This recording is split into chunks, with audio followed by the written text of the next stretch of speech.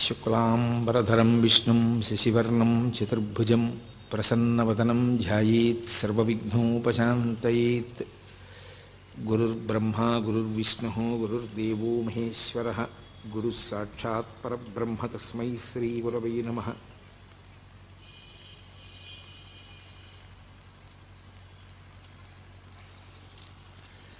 వ్యాసాయ విష్ణురూపాయ వ్యాసరూపాయ విష్ణవే నమో వై బ్రహ్మనిధయే వాసిష్ఠాయ నమో నమః. కూజంతం రామ రామీతి మధురం మధురాక్షరం ఆరుహ్య కవితాశాఖాం వందే వాల్మీకికోకిలం. శ్రుతిస్మృతిపురాణానాం ఆలయం కరుణాలయం నమామి భగవత్పాదశంకరం లోకశంకరం. వాగర్ధావివ సంపృక్తౌ వాగర్ధప్రతిపత్తయే జగతః పితరౌ వందే పార్వతీపరమేశ్వరౌ. సుక్తిం సమగ్రయతున స్వయమేవ లక్ష్మీః శ్రీరంగరాజమహిషీమధురైః కటాక్షైః. వైదగ్ధ్యవర్ణకునగుంభనగౌరవైర్యాం కండూలకర్ణకుహరాः కవయోధయంతి.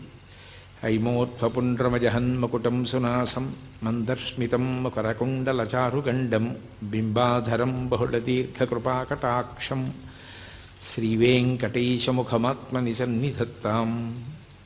విమలపటీ కమలకుటీ పుస్తకరుద్రాక్షసస్తహస్తపుటీ కామాక్షీ పక్ష్మలాక్షీ కలితవిపంచీ విభాసి వైరించీ.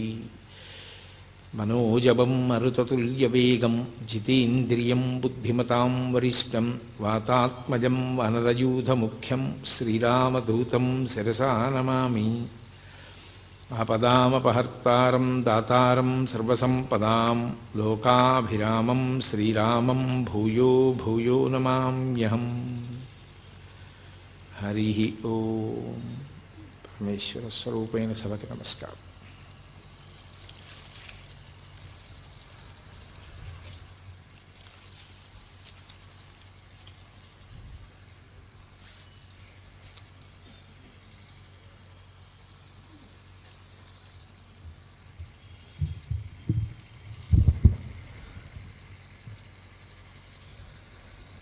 నేను మీతో నిన్న మనవి చేశాను. అరుణాచల క్షేత్రాన్ని చేరుకున్న తరువాత రమణ మహర్షిలో విశేషమైనటువంటి భగవదానుభవాన్ని పొందడానికి కావలసినటువంటి అవకాశం ఆయనకి చిక్కింది. ఆయన యొక్క చిట్ట చివరి ప్రయోజనం అదే. అది తప్ప వేరొకటి ఆయనకి లేదు. ఆయనకి లేదు కాదు, యథార్థమునకు ఎవరికైనా చిట్ట చివరికి పొందవలసినటువంటి స్థితి అది సాధన చేత. కాబట్టి ఆయన కేవలము భగవదనుభవమునందు ఉనిగి తనకన్న వేరొకటి లేదు అన్న భావనతో అంటే ఆ రకమైనటువంటి ఆత్మ అనుభవంలోకి వచ్చినటువంటి కారణం చేత బ్రహ్మానందం అనుభవిస్తూ ఉన్నారు. దానివలన శరీరం ఎన్ని వైక్లభ్యములను పొందినప్పటికీ ఆయన దాని గురించి స్పృహ పొందలేదు. కానీ అక్కడ సహజంగా కొడుకు ఏమైపోయాడనేటటువంటి ఆర్తి ప్రధానంగా ఉండేటటువంటిది తల్లికి. ఆ తరువాత అన్నదమ్ములకు ఉంటుంది, పినతండ్రులకు ఉంటుంది. ఆ కారణం చేత పిల్లవాడు ఎందుకు వెళ్ళిపోయి ఉంటాడు అన్నది ప్రారంభమైంది. దాని గురించినటువంటి ప్రశ్న. ఏదో ఎవరికి నోటికి వచ్చిన మాట వాళ్ళు చెప్పారు. ఎక్కడో బడిలో ఎవరైనా సరిగ్గా చదవట్లేదని దెబ్బలాడారేమో అన్నారు. 3 రూపాయలు పుచ్చుకుని వెళ్ళిపోయాడు. 3 రూపాయలతో ఏం చేస్తాడు, డబ్బు అయిపోయిన తర్వాత వాడే తిరిగి వస్తాడన్నారు. కాదు పిల్లవాడు ఏదో దారి తప్పాడు, ఎక్కడికో వెళ్ళిపోయాడు అన్నారు. ఎవరి నోటికి వచ్చిన మాట వాళ్ళు అన్నారు. అన్నగారు ఏమైనా అన్నాడేమో నాగస్వామి అన్నారు కొంతమంది. కాదు బాబయ్యే ఏమైనా అన్నాడేమో ఆ సుబ్బయ్యర్ గారని చెప్పి కొంతమంది అన్నారు. పినతల్లి ఏమైనా అందా అని కొంతమంది అన్నారు. ఎవరికి వచ్చిన మాట ఎవరికి వచ్చిన ఊహ వాళ్ళు చెప్తూ వచ్చారు. చిట్ట చివరికి ఎవరో ఒక వార్త ప్రచారం చేశారు. తిరుచిరాపల్లిలో నాటకాలకు సంబంధించినటువంటి ఒక సంస్థలో ఈయన సభ్యుడిగా చేరిపోయాడు వెంకటరామన్ అని. వెంటనే పాపం తల్లికి ఆర్తి ఉంటుంది కదూ, అందుకని ఆవిడ ఆ పినతండ్రిని వెళ్ళమని అడిగింది. అప్పటికే సుబ్బయ్యర్ గారి శరీరం విడిచిపెట్టేశారు. ఆ మిగిలినటువంటి నెల్లియప్పయ్యర్ గారు వెంటనే బయలుదేరి అక్కడ భోగట్టా చేసి వస్తే మనిషిని పోలిన మనిషి ఉంటాడు. దూరం నుంచి చూస్తే అచ్చు వెంకటరామన్ ఎలా ఉంటాడో, వెంకటరామన్ అంటే పూర్వాశ్రమంలో భగవాన్ రమణులు అనుకోండి. నిజానికి ఆయన శాస్త్రీయ సన్యాసము అని ఏమీ స్వీకరించలేదు. అరుణాచలానికి 24 కిలోమీటర్ల పరిధిలో దీక్షానియములేమీ లేవు కనుక ఆయన ఎలా బయలుదేరాలో అలాగే కూర్చుండిపోయారు. ఒక కౌపీన ధారణం ఒకటే చేశారంతే. కాబట్టి వెళ్ళి చూస్తే దూరం నుంచి చూసినప్పుడు వెంకటరామన్ ఎలా ఉంటాడో అలాగే ఉన్నాడు అందులో ఒక నటుడు. అయ్యో వీడు మన పిల్లవాడు కాదని తిరిగి వచ్చారు. కాలం గడిచిపోతోంది, కాలం నిలబడుతుందా? ఎవరి కోసం నిలబడుతుంది? కాలోహి బలవాన్ కర్త సతతం సతతం సుఖదుఃఖయో నరాణం పరతంత్రాణం పుణ్యపాపానుయోగత అంటాడు వ్యాసుడు. కాలం నడిచి వెళ్ళిపోతూ ఉంటుంది. ఆ నడిచి వెళ్ళిపోతున్నప్పుడు అలగమ్మగారు మెల్లిగా మనసు తిటవు చేసుకుంది. ఏ కారణం చేత? పరమేశ్వరుడు ఒక చోట దుఃఖాన్ని ఇస్తే ఒక చోట సుఖాన్ని ఇస్తాడు. ద్వంద్వములకు వశులమైపోయినటువంటి మనందరికీ ఎక్కడో ఒక చోట మనసుకి ప్రీతి కలిగిన చోట సేద తీరుతాం, మనసుకు బాధ కలిగిన చోట డసిపోతుంటాం. ఒక కొడుకు వెళ్ళిపోయాడే అని ఆవిడ బాధపడ్డారు. ఉన్న నాగస్వామికి ఓ ఉద్యోగం వచ్చింది సబ్ రిజిస్ట్రార్ ఆఫీస్లో, కోడలు కాపరానికి వచ్చింది. ఏదో కొడుకు కోడలు కాపరం చూసుకుని ఆవిడ సంతోషపడిపోతున్నారు. అలగమ్మ గారి వైపు నుంచి చూస్తే ఒకలా ఉంటుంది విషయం, భగవాన్ రమణుల వైపు నుంచి చూస్తే ఒకేలా ఉంటుంది. ఒకలా కాదు, ఒకేలా, ఇంకొక మార్పు ఉండదు. ఆయన ఎప్పుడూ ఆత్మయందు రమిస్తూ ఉంటారు. కాబట్టి ఒక రోజున వీళ్ళందరూ కూర్చుని ఉండగా ఎవరో పరిగెత్తుకొచ్చాడు. వచ్చి తిరువణ్ణామలైలో ఒక మామిడి తోపులో ఒక పిల్లవాడు చాలా గొప్ప స్థితిని పొందేట. అతను ఇప్పుడు విశేష ప్రచారాన్ని పొందాడు. ఆత్మానుభవమునందు మునిగి ఉన్నట్ట. మీరెవరు అని అడిగితే నోట మాట లేకుండా కాగితం మీద వ్రాసేట తిరుచులి వెంకటరామన్ అని. కాబట్టి మన పిల్లవాడే, మనం వెళ్ళి చూస్తే బాగుంటుంది అన్నారు. ముందు అందరికన్నా ఆర్తి ఎవరికి? అలగమ్మ గారికే. అందుకని వెళ్ళమని తొందర చేసింది ఆవిడ నాగస్వామిని. ఆయన అన్నాడు, అమ్మ నాకు సెలవు లేదు, కొత్త ఉద్యోగం కదా, వెడతాను తీరుబడి మీద అంటే ఊరుకుంటుందా? ఆవిడ ఆర్తి ఆవిడిది. పాపం మరిది నెల్లియప్ప అయ్యర్ బయలుదేరాడు. ఆయనతో పాటుగా నారాయణ స్వామి అయ్యరని వేరొక ఆయన కూడా బయలుదేరారు. ఇద్దరూ తిన్నగా మామిడి తోపు దగ్గరికి వెళ్ళారు తిరువణ్ణామలై దగ్గరలో.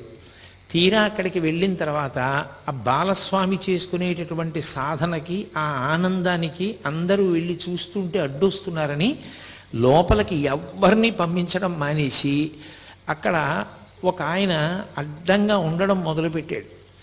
ఆయన పేరు కూడా వెంకటరామనాయనార్. ఆయన వెంకటరామన్ ఈయన పేరైతే అడ్డుపడినటువంటి వ్యక్తి వెంకటరామనాయనార్. ఆయన ఎవరిని వెళ్ళనిచ్చేవాడు కాదు. వీళ్ళు మొరపెట్టుకున్నారు, అయ్యో మేము వాళ్ళ కుటుంబ సభ్యులం, ఒక్కసారి చూస్తామని.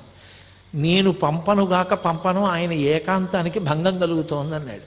ఆఖరికి పోనీ కాగితం చూపించండి, రమ్మంటే వస్తామని ఆ నెల్లియప్ప అయ్యర్ ఆ మానామధురై అనేటటువంటి ఊరు పేరు పైన ఉన్నటువంటి ఓ కాగితం తీసుకొని మానామధురై ప్లీడర్ నెల్లియప్ప అయ్యర్ అని ఆ సబ్ రిజిస్ట్రార్ ఆఫీస్లో పనిచేస్తున్నటువంటి ఒక ఉద్యోగి నాగస్వామి మిమ్మల్ని చూడ వచ్చారు అని పంపించారు. అవి చూసి గుర్తుపట్టారు భగవాన్. ఓ వచ్చినటువంటి వాళ్ళు మా అన్నయ్య మా పినతండ్రి వచ్చారని లోపలికి రమ్మనమని సంజ్ఞ చేశారు. ఆయన ఏం మాట్లాడేవారు కాదు, ఒక సంజ్ఞ చేశారు. ఎందుకు అలా మాట్లాడకుండా ఉండడం అంటే, నిజానికి యథార్థ స్థితి అంటుండేవారు మహర్షి తరచుగా. యథార్థ స్థితిలో ఆనందమునకంతటికీ కారణము మౌనమే. అసలు ఎక్కడ మౌనం ఉంటుందో అక్కడే ఆత్మ యొక్క అనుభవం ఉంటుంది. వాక్కు ప్రారంభమైంది అంటే గుర్తు ఏమిటి? ఏదో ఆలోచన కదిలింది అని గుర్తు. ఆలోచన కదిలితే వాక్కు వస్తుంది. వాక్కు వచ్చింది అంటే తను మౌనం విడిచిపెట్టి కదిలిపోయాడు. తన వాక్కు వల్ల మిగిలిన వాళ్ళు కూడా కదులుతారు. అందుకే ఆయన ఎప్పుడూ మౌనంలోనే ఉండేవారు, మాట్లాడేవారు కాదు. అందుకే ఆయనకి మౌనస్వామి అని ఒక పేరు ఉండేది. ఆయన ఒక కాగితం మీద ఆ వచ్చినటువంటి ఉత్తరాన్ని చూసి సరే ప్రవేశపెట్టండి అని సంజ్ఞ చేశారు. లోపలికి వచ్చి చాలా తేరిపారి చూస్తే తప్ప గుర్తుపట్టలేకపోయారు. ఎప్పుడు స్నానం చేసిన శరీరం, ఒళ్ళంతా బూది కప్పేసింది, పెద్ద పెద్ద గోళ్ళు, జటలు కట్టేసినటువంటి జుత్తు, ఒక్క కౌపీనం. ఆ కౌపీనం కూడా ఆయనకి చాలా కాలం లేదు. ఒక ఆవిడ అన్నం పెట్టేది, ఆవిడ వేడుకుంది, బాగుండదు కదా, సమాజం ఒకటి ఉంది కదా, మీ మటుకు మీకు దేహభ్రాంతి లేదు కానీ చూసే వాళ్ళకి దేహభ్రాంతి ఉంది, అందుకని మా కోసం కనీసం ఓ గోచి పెట్టుకోండి అని అడిగింది. అందుకు ఆయన ఒక గోచి పెట్టుకునేవారు అంతే, ఇంకేమీ ఉండేది కాదు శరీరం మీద. విశ్వనాథ సత్యనారాయణ గారు ఆశ్చర్యపోయారు కూడా ఆయన గురించి రాస్తూ, ఎవరైనా చెవులకి బట్ట చుట్టుకుంటే చలి తగ్గుతుంది, కంఠానికి బట్ట చుట్టుకుంటే భగవాన్ రమణలకు చలి ఎలా తగ్గింది అని రాశారు ఆయన. ఆయన ఎక్కువ కంఠానికి గుడ్డ కట్టుకునేవారు, చెవులకు కట్టుకునేవారు కాదు. కాబట్టి వీళ్ళు ఆయన్ని తేరిపారి చూసి గుర్తుపట్టారు. కానీ ఆ రోజుల్లో అనుబంధాల వరకు మాట్లాడినప్పుడు మాత్రం నిజంగా కొన్ని విషయాలు శ్లాఘించవలసినవి ఉంటాయి. సూర్యుడి ముందు దివిటి దివిటి అని అనుకోండి, ఆత్మానుభవంలో ఉండేటటువంటి రమణులకు ఇంక రెండవ వస్తువు అన్నది లేదు, దేని మీద మమకారం లేదు, ఆత్మయందే ఆయన రమిస్తూ ఉండేవారు. కానీ ఒక పినతండ్రికి అంత ప్రేమ ఉండడం గొప్ప విషయం. పాపం నెల్లియప్పయ్యరు శతవిధాల వేడుకున్నాడు 3 రోజులుండి. పోనీ నువ్వు ధ్యానం చేసుకుంటానంటే, నువ్వు మాట్లాడనంటే నిన్ను గృహస్థాశ్రమ స్వీకారం చెయ్యమని మేము అడగం. మా ఊళ్ళోనే ఒక సిద్ధుని సమాధి ఉంది, ఆ సమాధి దగ్గర నీకు ఒక పందిరి కట్టిస్తాను, అందులో కూర్చో, అందులో చేసుకో, ఇంటి నుంచి భోజనం పంపిస్తాం. కానీ కళ్ళ ముందు పిల్లవాడు ఇలా ఎక్కడో ఇలా మట్టి కొట్టుకుపోయి ఉంటే మాకు చాలా బాధగా ఉంది, నువ్వు వచ్చేయవలసింది అని 3 రోజుల పాటు అన్న, తమ్ముడు, అన్నగారు, పినతండ్రి గారు కలిసి విపరీతంగా ఏడుస్తూ ప్రాధేయపడ్డారు. అన్నీ వినేవారు. నిర్లిప్తుడు. ఆయన ఏ విధమైనటువంటి కదలిక ఉండేది కాదు, ముఖంలో కనీసం చిన్న మార్పు కూడా ఉండేది కాదు. అది కారణం ఏమిటి అంటే, ఇంకా ఆ మనసుకి సంగములు లేవు. వీడు మావాడు, వీడు పైవాడు, అసలు ఆ అనుబంధములు లేవు. ఆయనకున్న అనుబంధం అంతా ఒక్కటే, పరమేశ్వరుడు ఆత్మ.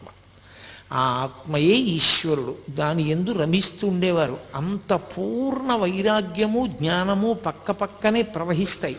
అది నోటి మాటలతో చెప్పినంత తేలిక విషయం కాదు, అది అనుభవించిన వాడికి, అంత వేదాంత స్థాయిని పొందినటువంటి మహాపురుషులకు ఒక్కరికే అర్థమవుతుంది. రామకృష్ణ పరమహంస చెప్తూ ఉండేవారు, ఒక ఆయనకి ఒక్కడే కొడుకు, హఠాత్తుగా కొడుకు చచ్చిపోయాడు. చచ్చిపోతే తల్లి ఏడుస్తోంది. ఈయన వేదాంతి, ఈయన ఏమీ ఏడవట్లేదు. ఆవిడ వచ్చింది, కొడుకు చచ్చిపోయాడని ఏడవట్లేదు, నీ కంట ఒక్క నీటి చుక్క రాదేమయ్యా, నువ్వు ఏడవమే అంది. ఆయన అన్నాడు, నిన్న రాత్రి కలలో నేను మహారాజుని, నాకు 11 మంది సమర్థులైన కుమారులు, నేను తెల్లవారి నిద్ర లేచేసరికి వాళ్ళు లేరు. స్వప్నంలో నిన్న రాత్రి రాజునయ్యాను, 11 మంది కొడుకులు ఉన్నారు, తెల్లవారి లేచేటప్పటికి వాళ్ళు లేరు. వాళ్ళ కోసం ఏడవనా? తెల్లవారిన తర్వాత ఉన్న ఒక్క కొడుకు చచ్చిపోయాడని వీడి కోసం ఏడవనా? ఎవరి కోసం ఏడవను, అందుకని ఏడవడం మానేశానన్నాడు. అంటే ఆయనకి జీవితం స్వప్నతుల్యం. ఆయన అలా పట్టించుకునేవాడు కాదు, ఏ అనుబంధమా అనుబంధం అంతే. వాటితో సంగమున్నవాడు కాదు. అది నోటితో చెప్పినంత తేలిక కాదు ఆ స్థాయి ఏర్పడడం. అందుకని ఆయన యందు ఏ విధమైనటువంటి మార్పు కలగలేదు. వాళ్ళతో వచ్చినటువంటి నారాయణ స్వామి అయ్యర్ అనే వ్యక్తికి చాలా కోపం వచ్చింది. ఇంత బతిమాలుతున్నా ఈ పిల్లాడు రానంటున్నాడు, ఏమిట్రా అంత బతిమాలుతాడు, అంత చిక్కిపోయి ఉన్నాడు, వీడు మన్నేం చేస్తాడు, ముగ్గురం కలిసి సాయం పట్టి కట్టి పట్టుకుపోదాను రండని వెళ్ళి మీద పడి పట్టుకోపోయాడు. 4 అడుగులు వేసి ఆయన్ని దగ్గరికి వెళ్ళి పట్టుకుందాం అనుకునేసరికి ఒళ్ళంతా అగ్నిహోత్రం పెట్టినట్టు మంటలు వచ్చేసాయి. అప్పుడు అర్థమైంది ఆయన ఏ స్థాయిని పొంది ఉన్నారో. ఆయనను అలా బంధీకృతుణ్ణి చేయడం, ఆయన్ని తీసుకెళ్ళడం సాధ్యం కాదు. ఆయన ఒక ఆత్మగా నిలబడి ఉన్నారు. సర్వదా ఆయన ఆ స్థాయిలో ఉన్న కారణం చేత పరమేశ్వర స్వరూపుడై ఉన్నాడు. ఆయన అభీష్టానికి వ్యతిరేకంగా చేయడం ఎవరికీ సాధ్యం కాదని మళ్ళీ ముగ్గురు కలిసి వెళ్ళిపోయారు. వెళ్ళిపోయి బాధపడుతూ అళగమ్మ గారికి చెప్పారు. పాపం అళగమ్మ గారు నన్ను ఒక్కసారి తీసుకెళ్ళమని వేడుకుంది. సరే వీలు వెంబడి తీసుకెళ్తానమ్మా అన్నాడు. అలా కొంతకాలం అయిపోయిన తర్వాత ఆయన మెల్లిగా ఈ మామిడి తోపులోకి చాలామంది జనం ఆయన దర్శనార్థం వచ్చేయడం మొదలుపెట్టారు. దానివల్ల చెట్ల కొమ్మలన్నీ విరిగిపోయి, కాయలన్నీ రాలిపోయి, వాటికి అలజడి కలుగుతోంది. మన వలన ఎవరికో ఇబ్బంది కలగడం ఎందుకని ఆయన ఆ ప్రదేశాన్ని విడిచిపెట్టి మెల్లిగా కొండ మీద విరూపాక్ష గుహకి చేరుకున్నారు. ప్రపంచం చాలా విచిత్రంగా ఉంటుంది. మీరు రమణ మహర్షి అనేటటువంటి ఒక తెర మీద ఒక చలనచిత్రాన్ని చూసినట్టు చూడొచ్చు. స్వార్థ స్వభావం ఉండేటటువంటి వ్యక్తులు ఎంత పవిత్ర జీవనం గడిపే వారి యొక్క జీవితంతో కూడా వ్యాపారం చేస్తారు. ఆ విరూపాక్ష గుహలో ఒక మహానుభావుడు పరమేశ్వరుడు గురించి తపస్సు చేసి ఈశ్వరానుగ్రహంతో బూది కుప్పగా మిగిలిపోయాడు ఆయన. ఆ విరూపాక్ష గుహని ఏదో కోర్టులో కేసు నడిచింది, ఆఖరికి ఒక మఠం నెగ్గింది. దాని ఏజెంట్ ఒకరిని నియమించారు ఆ గుహని చూడమని. మీలో ఎవరైనా విరూపాక్ష గుహ చూశారో లేదో నాకు తెలియదు. ఆ గుహకి ఒక ప్రత్యేకత ఉంది. అరుణాచల పర్వతం నుంచి గాలి వీసినప్పుడు ఆ గుహలోకి గాలి ప్రవేశిస్తే ఓంకారం వినపడుతుంది, ప్రణవం. అది చాలా గొప్ప గుహ ఆ అరుణాచలంలో. అటువంటి గుహలో రమణ మహర్షి కూర్చుని తపస్సు చేసుకుంటూ ఉండేవారు. తపస్సు అన్న మాటకి నేను మీతో 1కి 10 మార్లు చెప్పాను. ఆయన బ్రహ్మానందానుభవమే తప్ప తపస్సు అని అనడానికి ఏం లేదు. కాబట్టి ఆయన ఆ గుహలో ఉంటూ ఉండేవారు. చాలామంది కొండ ఎక్కి గుహలో ఉన్న రమణుల దర్శనానికి వస్తూ ఉండేవారు. ఇతను మెల్లిగా ఏం చేశాడంటే, అది విరూపాక్ష గుహ చూడడానికి వస్తున్నారు అని పేరు పెట్టి టిక్కెట్టు పెట్టి డబ్బు వసూలు చేసుకోవడం మొదలుపెట్టాడు. చాలామంది పాపం రమణ మహర్షిని చూడాలనుకున్న వారు డబ్బు కట్టి లోపలికి వెళ్ళి చూసి వస్తూ ఉండేవారు. ఇతనంతా ఏమని ప్రచారం చేశాడంటే, లోపల కూర్చున్న రమణుల గొప్ప కాదు, విరూపాక్ష గుహ గొప్ప, గుహ చూడ్డానికి వస్తున్నారనేవాడు. ఇది భగవాన్కి తెలిసింది. తెలిసి ఆయన మెల్లిగా దాని మించి దిగిపోయి వేరే ఎదురుగుండా ఉన్నటువంటి మామిడి చెట్టు గుహ అనో గుహ, ఆ చెట్టు తొర్ర ఉన్న గుహలోకి వెళ్ళిపోయారు. వెళ్ళిపోయినా ఇతను ఏం చేశాడంటే, రోడ్డు కింద మార్గంలో కాపు కాసి వెళ్ళేటటువంటి వాళ్ళందరి దగ్గర అక్కడే వసూలు చేసేసుకుంటూ ఉండేవాడు డబ్బు.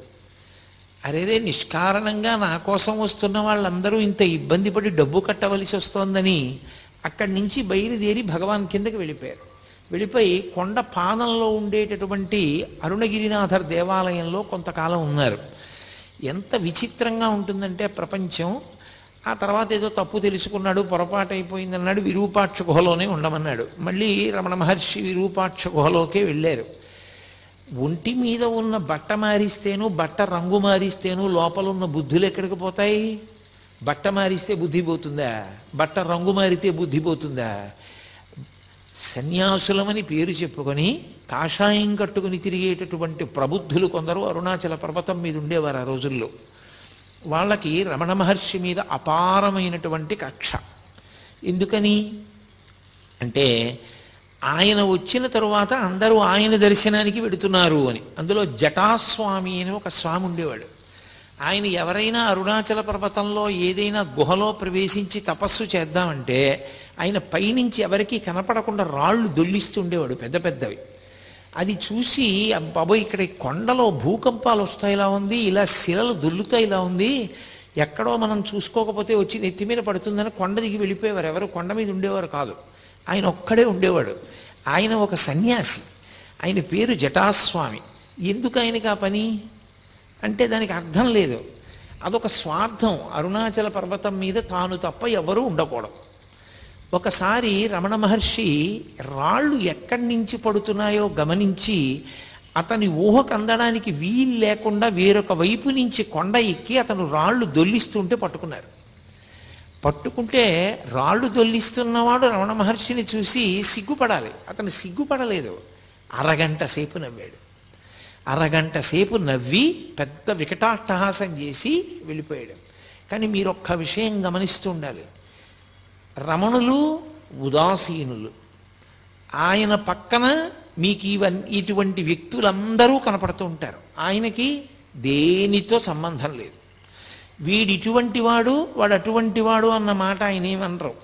ఆయన ఎప్పుడైనా ఎవరికైనా చెప్తే, అసలు నోరు విప్పి చెప్తే ఒక్క మంచి మాట, ఇలా ఎందుకు చేస్తావు, తప్పు కదూ, అంతే. దానికి అరగంట నవ్వాడు అతను. నిజంగా ఆ మాట ఆయన అన్నందుకు, చెయ్యి పట్టుకున్నందుకు మార్పు రావాలి. రాలేదు సరికదా, అరగంట సేపు నవ్వి కొండ దిగి వెళ్ళిపోయాడు. ఎంత చిత్ర విచిత్రమైనటువంటి వ్యక్తులు ప్రపంచంలో ఉంటారో. ఆయన నా కోసం ఇంతమంది వస్తారని కానీ, నేను విరూపాక్ష గుహలో తపస్సు చేస్తున్నానని కానీ, నేను బ్రహ్మానందం అనుభవించేవాడిని కానీ, నేను వీడిని పట్టుకున్నానని కానీ, వీడి గురించి 10 మందికి చెప్దామని కానీ ఆయనకి ఏమీ ఉండదు. ఎప్పుడు నిస్సంగంగా, దేనితో సంబంధం లేకుండా ఆయన ఈ లోకాన్నంతటినీ కూడా ఏదో ఒక సినిమా చూసేటటువంటి వ్యక్తి ఎలా చూస్తాడో అలా ఉండేవారు. ఆయన అనుభవం అంతా ఆత్మతోటే. ఇవన్నీ గుణసంగము వలన ఇలా ప్రవర్తిస్తూ ఉంటారు అన్నట్లుగా చూస్తూ ఉండేవారు అంతే. అందుకే పరమ ఉదాసీనుడు. ఒక వేదాంతికి ఆత్మని అనుభవించినటువంటి మహాపురుషులకు ఉండేటటువంటి ఆ ఉదాసీనత ఏది ఉంటుందో దాని రాశీభూతమే రమణ మహర్షి. అందుకే ఆయన దేనికి విచలితుడవడం కానీ ప్రతిస్పందించడం కానీ దాన్ని బట్టి ఆయన మనసు వ్యగ్రత పొందడం కానీ లేకపోతే ప్రసన్నం అవ్వడం కానీ హావభావాలు మారడం కానీ మాటలో వ్యగ్రత కానీ మాటలో భయం కానీ ఏమీ ఉండేవి. ఎప్పుడూ ఒక్కలాగే ఉండేవారు. కానీ రకరకాల వ్యక్తులు మాత్రం ఆయనని గౌరవించిన వాళ్ళు ఉన్నారు, పూజించిన వాళ్ళు ఉన్నారు, నమస్కరించిన వాళ్ళు ఉన్నారు, మాట్లాడిన వాళ్ళు ఉన్నారు, పుస్తకాలు రాసిన వాళ్ళు ఉన్నారు, వాదన చేద్దామని వచ్చిన వాళ్ళు ఉన్నారు, ఆయన్ని తప్పు పట్టుకోవాలనుకున్న వాళ్ళు ఉన్నారు, ఆయన్ని గౌరవించాలనుకున్న వాళ్ళు ఉన్నారు, ఆయన పనికి మాలిన వాడిని నిరూపించాలని ప్రయత్నం చేసిన ధూర్తులు కూడా ఉన్నారు. ఆయన మాత్రం పరమ ఉదాసీనుడు. ఇవేవి ఆయన మనసులోకి ఎక్కవు. నిర్లిప్తంగా ఉంటారు. ఎప్పుడూ ఎవ్వరి మీద ఎక్కడ ఏ చాడీ చెప్పరు. చిత్రం ఏమిటంటే అంతటి మహానుభావుడు ఆ గుహలో కూర్చుని ఉండగా బాలానంద స్వామి అని ఒక ఆయన బయలుదేరాడు అరుణాచల పర్వతం మీద. ఆయన కొండ ఎక్కి వచ్చే వాళ్ళందరితో మాట చెప్తుండేవాడు. ఆయనకి ఆ విరూపాక్ష గుహలో ఉన్న ఆయనకి నేనే ఉపదేశం చేశాను, నేనే శక్తినిచ్చి ఆ స్థాయికి తీసుకొచ్చాను, నా శిష్యుడే అంటుండేవారు. ఆయన ఎలాగో మాట్లాడరుగా. అందరూ తీసుకొచ్చి అక్కడ పలహారాలు పెడితే ఆయన్ని తినమని రమణుల్ని ఇతను తీసుకొచ్చి ఏదో కొంచెం పలహారం అక్కడ పెట్టి, నాన్న చాలా అలిసిపోయావు, కొంచెం తిను, ఇలా అయితే సాధన ఎలా నడుస్తుంది, తినాలి అంటుండేవాడు. అందరూ వెళ్ళిపోయిన తర్వాత వీలైతే ఇవన్నీ మూట కట్టేసుకుని, నీ సొమ్ము ఏం పోయింది, నువ్వు ఎలాగో మాట్లాడవు కదా, నీకు గురువునని చెప్పుకుంటున్నాను, నాకు తోచింది సంపాదించుకుంటున్నాను, నువ్వు అలా కూర్చో, మాట్లాడకు, ఏమీ అనద్దు. ఆయన మీ గురువా అన్నా మాట్లాడద్దు, నువ్వు ఆయన శిష్యుడువా అన్నా మాట్లాడద్దు, అలా ఉంటుండు, నేను డబ్బు సంపాదించుకుంటాను అని. అతను ఎవరు? ఎందుకు అతనికి డబ్బు సంపాదన? లోకంలో ఎంత చిత్ర విచిత్రమైనటువంటి మనస్తత్వాలు ఉన్న వాళ్ళందరూ ఆ కొండ మీదకి చేరారో చూడండి. వీళ్ళందరూ అన్నీ విడిచిపెట్టిన వాళ్ళలా కనపడ్డవాళ్లే. కానీ అసలు నిజంగా అన్నీ విడిచిపెట్టినటువంటి నిస్సంగి, అన్నీ విడిచిపెట్టిన వారు, మనసులో దేనితో సంగము లేనివారు, నువ్వు ఇలా ఎందుకు ప్రవర్తిస్తావు అని తన దగ్గరికి వచ్చిన వాళ్ళతో, ఈయన నాకు గురువు కాడు, ఈయన అలా మాట్లాడుతున్నాడు తప్పు, అన్నీ ఉత్తిది అని చెప్పడం కానీ ఏమీ లేదు. పోన ఆయన చెప్పినప్పుడు ముఖంలో మార్పు ఉండదు. ఆయన వచ్చి అలా నటిస్తున్నప్పుడు అలా చూస్తూ ఉంటారంతే, ఏమీ మార్పు ఉండదు. అది ఎలా ఉంటుందంటే అది ఒక రకమైనటువంటి మనోభావన, అదొక గుణసంగం చేత ఏర్పడిన స్థితి. ఆయన మనం సినిమా చూసినట్టు చూస్తారు. అంటే మీకు ఇది అలా ఎలా ఉంటుందంటే అని అనుమానం రావచ్చు. నేను ఒకే ఒక్క ఉదాహరణ చెప్పగలనంతే. మనం సినిమాకి వెళ్ళామనుకోండి, 50 రూపాయలు పెట్టి టికెట్ కొనుక్కుని, మన కళ్ళెదురుగుండానే కథానాయకుడిని ప్రతినాయకుడు వచ్చి కత్తి పెట్టి పొడిచేస్తాడు గుండెల్లో. ఓహో నెత్తురు ధార కింద కారిపోతూ ఉంటుంది, కింద పడి తన్నుకుంటూ ఉంటాడు. వచ్చిన వాళ్ళందరూ కర్రలతో కొట్టేసి ఆయన స్పృహ తప్పి పడిపోయి దెబ్బలు తగిలి నెత్తురు ఓడిపోతుంటే వాళ్ళు వెళ్ళిపోతారు. ఆయన చచ్చిపోయినట్టే పడుంటాడు. గుండెలు నలిపేసినట్టు ఉంటుంది. ఎంత బాధగా ఉంటుందో ఏమిటో, అంత క్రూరంగా అలా కొట్టేశారు, అలా పొడిచేశారు కత్తులతో అని. అంత కత్తులతో పొడిచేసి అంత కర్రలతో కొట్టేసి మన ఎదురుగుండానే అంత అన్యాయం జరుగుతుంటే సినిమా హాలు మొత్తం మీద ఏ ఒక్కడైనా లేచి వెళ్ళి పోలీస్ స్టేషన్లో కంప్లైంట్ ఇస్తాడా? అయ్యా అంత అన్యాయంగా పొడిచేశారండి, నేనే సాక్ష్యం చూశాను కళ్ళతో, నేను గుర్తుపట్టగలను వాళ్ళు ఎవరో, పొడిచేశారు వాళ్ళు అని చెప్తాడా? చెప్పడు. ఎందుకు చెప్పడు? అదంతా నటనరా, అది సత్యం కాదు, వాళ్ళందరూ స్నేహితులే, అది నటన. అంత బాగా వాళ్ళు నటించారని మనకి తెలుసు కాబట్టి భావోద్రేకానికి లోనైనా మనం దాని వలన భయాన్ని పొందినా మనం పోలీస్ స్టేషన్లో ఏం వెళ్ళి కంప్లైంట్ చెయ్యం. రమణులు ఒక జ్ఞానిగా అయిన స్థితి అలాగే ఉంటుంది. ఇదంతా గుణసంగము వలన ఇలా ప్రవర్తిస్తూ ఉంటారు. గుణాతీతుడైన వాడికి గుణముల చేత సంగమును పొంది అజ్ఞానమునందు కొట్టిమిట్టాడుతున్న వాళ్ళ యొక్క స్థితిని చూసి జాలిపడమే తప్ప ఆయన వాళ్ళతో పాటు ఆయన కూడా సంగము చెంది దానికి ప్రతిస్పందించడం ఉండదు. ఆయన తన స్థాయిలో తాను అలా గమనిస్తూ ఉంటారంతే. అందుకని నిశ్శబ్దంగా చూస్తూ ఉండేవారు. అది ఒక జ్ఞానికి ఉండవలసినటువంటి లక్షణం. అంతటి ఉదాసీనత ఏర్పడాలి. అదే అంటాడు భగవద్గీతలో, గీతాచార్యుడు అంటాడు, నాకు అంత ప్రియమైన వాడెవరో తెలుసా? తుల్య నిందా స్తుతిర్మౌని సంతుష్టో ఎనకేనచిత్ అనికేత స్థిరమతి భక్తిమాన్ మే ప్రియో నరః అంటాడు. భక్తి అంటే ఇన్ని తులసి దళాలు ఇన్ని మారేడు దళాలు తెట్టి పూజ చేసినవాడు అని చెప్పలేదు గీతాచార్యుడు. తుల్య నిందా స్తుతిర్మౌని, మౌనముగా ఉండి లోపల ఏ వికారము లేకుండా పొగిడినప్పుడు తెగిడినప్పుడు ఒక్కలా ఉండగలిగినవాడు. ఈ బాలానంద స్వామి విరూపాక్ష గుహలో చేరి నానా అల్లరి మొదలుపెట్టాడు. వచ్చిన వాళ్ళందరినీ దబాయించడం.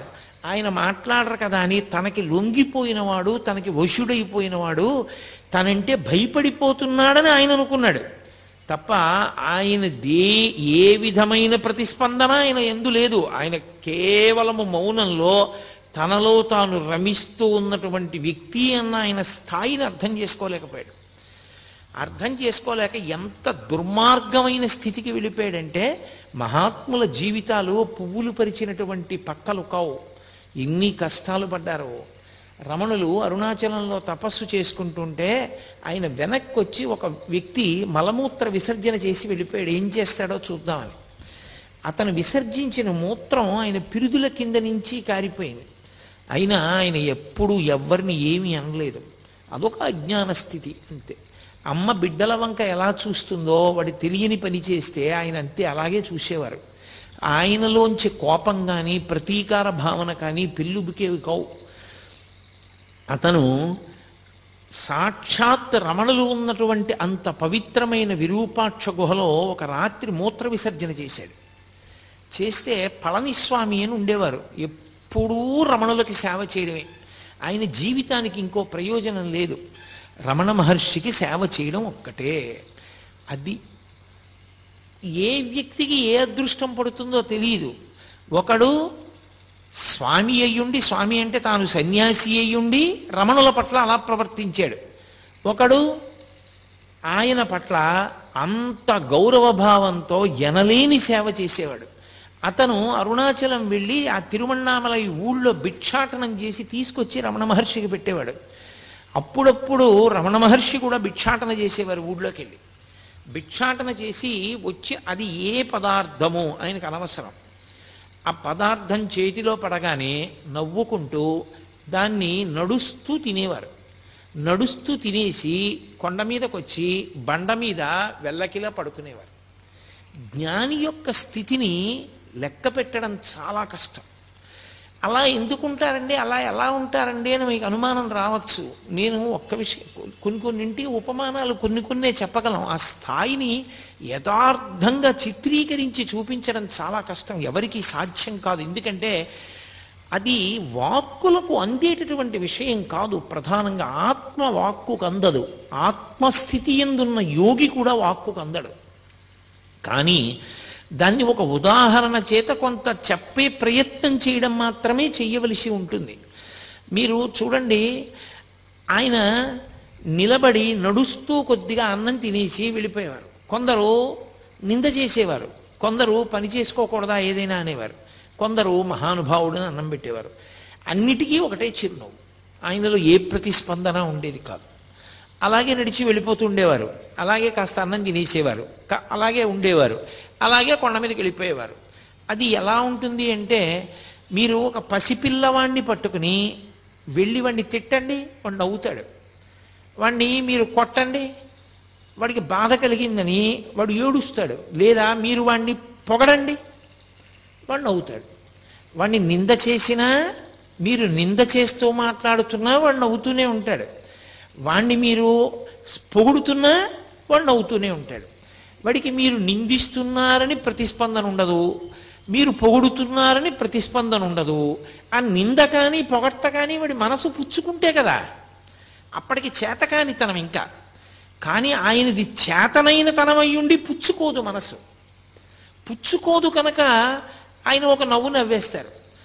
పాపం అమాయకత్వం అనుకుంటారంతే.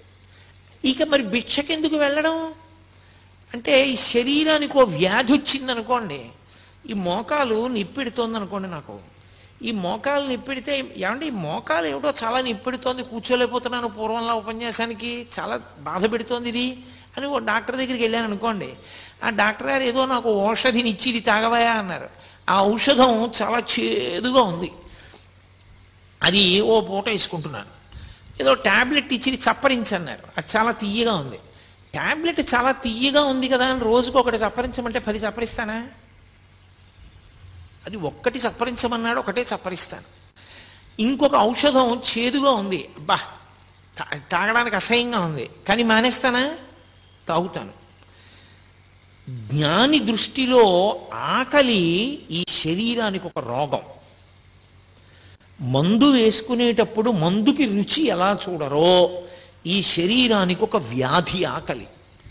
ఈ ఆకలి తీరడానికి, జబ్బు తగ్గడానికి ఔషధం పడేసినట్టు ఆకలి అన్న వ్యాధి తీరడానికి పదార్థం పడేస్తాడు. అందుకే పిచ్చివాడంటాడు. ఎందుకని అంటే, మనమైతే ఏం చేస్తామంటే రుచి కొరకు తింటాం. అన్నం కాస్త పప్పు కొంచెం నెయ్యి అదంతా కలుపుకొని ఎంతో శుభ్రంగా కాస్త నంచుకుని మనం తింటాం. ఆయనకి అలా ఉండదు. ఆయన చేతిలో ఏది మినప్పొట్టు కొంచెం పడేసిందో తల్లి, తినేశారంతే. నాకు తెలుసు ఒక మహానుభావుడు, ఆయనకి ఒక ఆవిడ పిలిచి ఏం చేస్తారో చూద్దామని క్యాబేజీ తుక్కు పెట్టింది.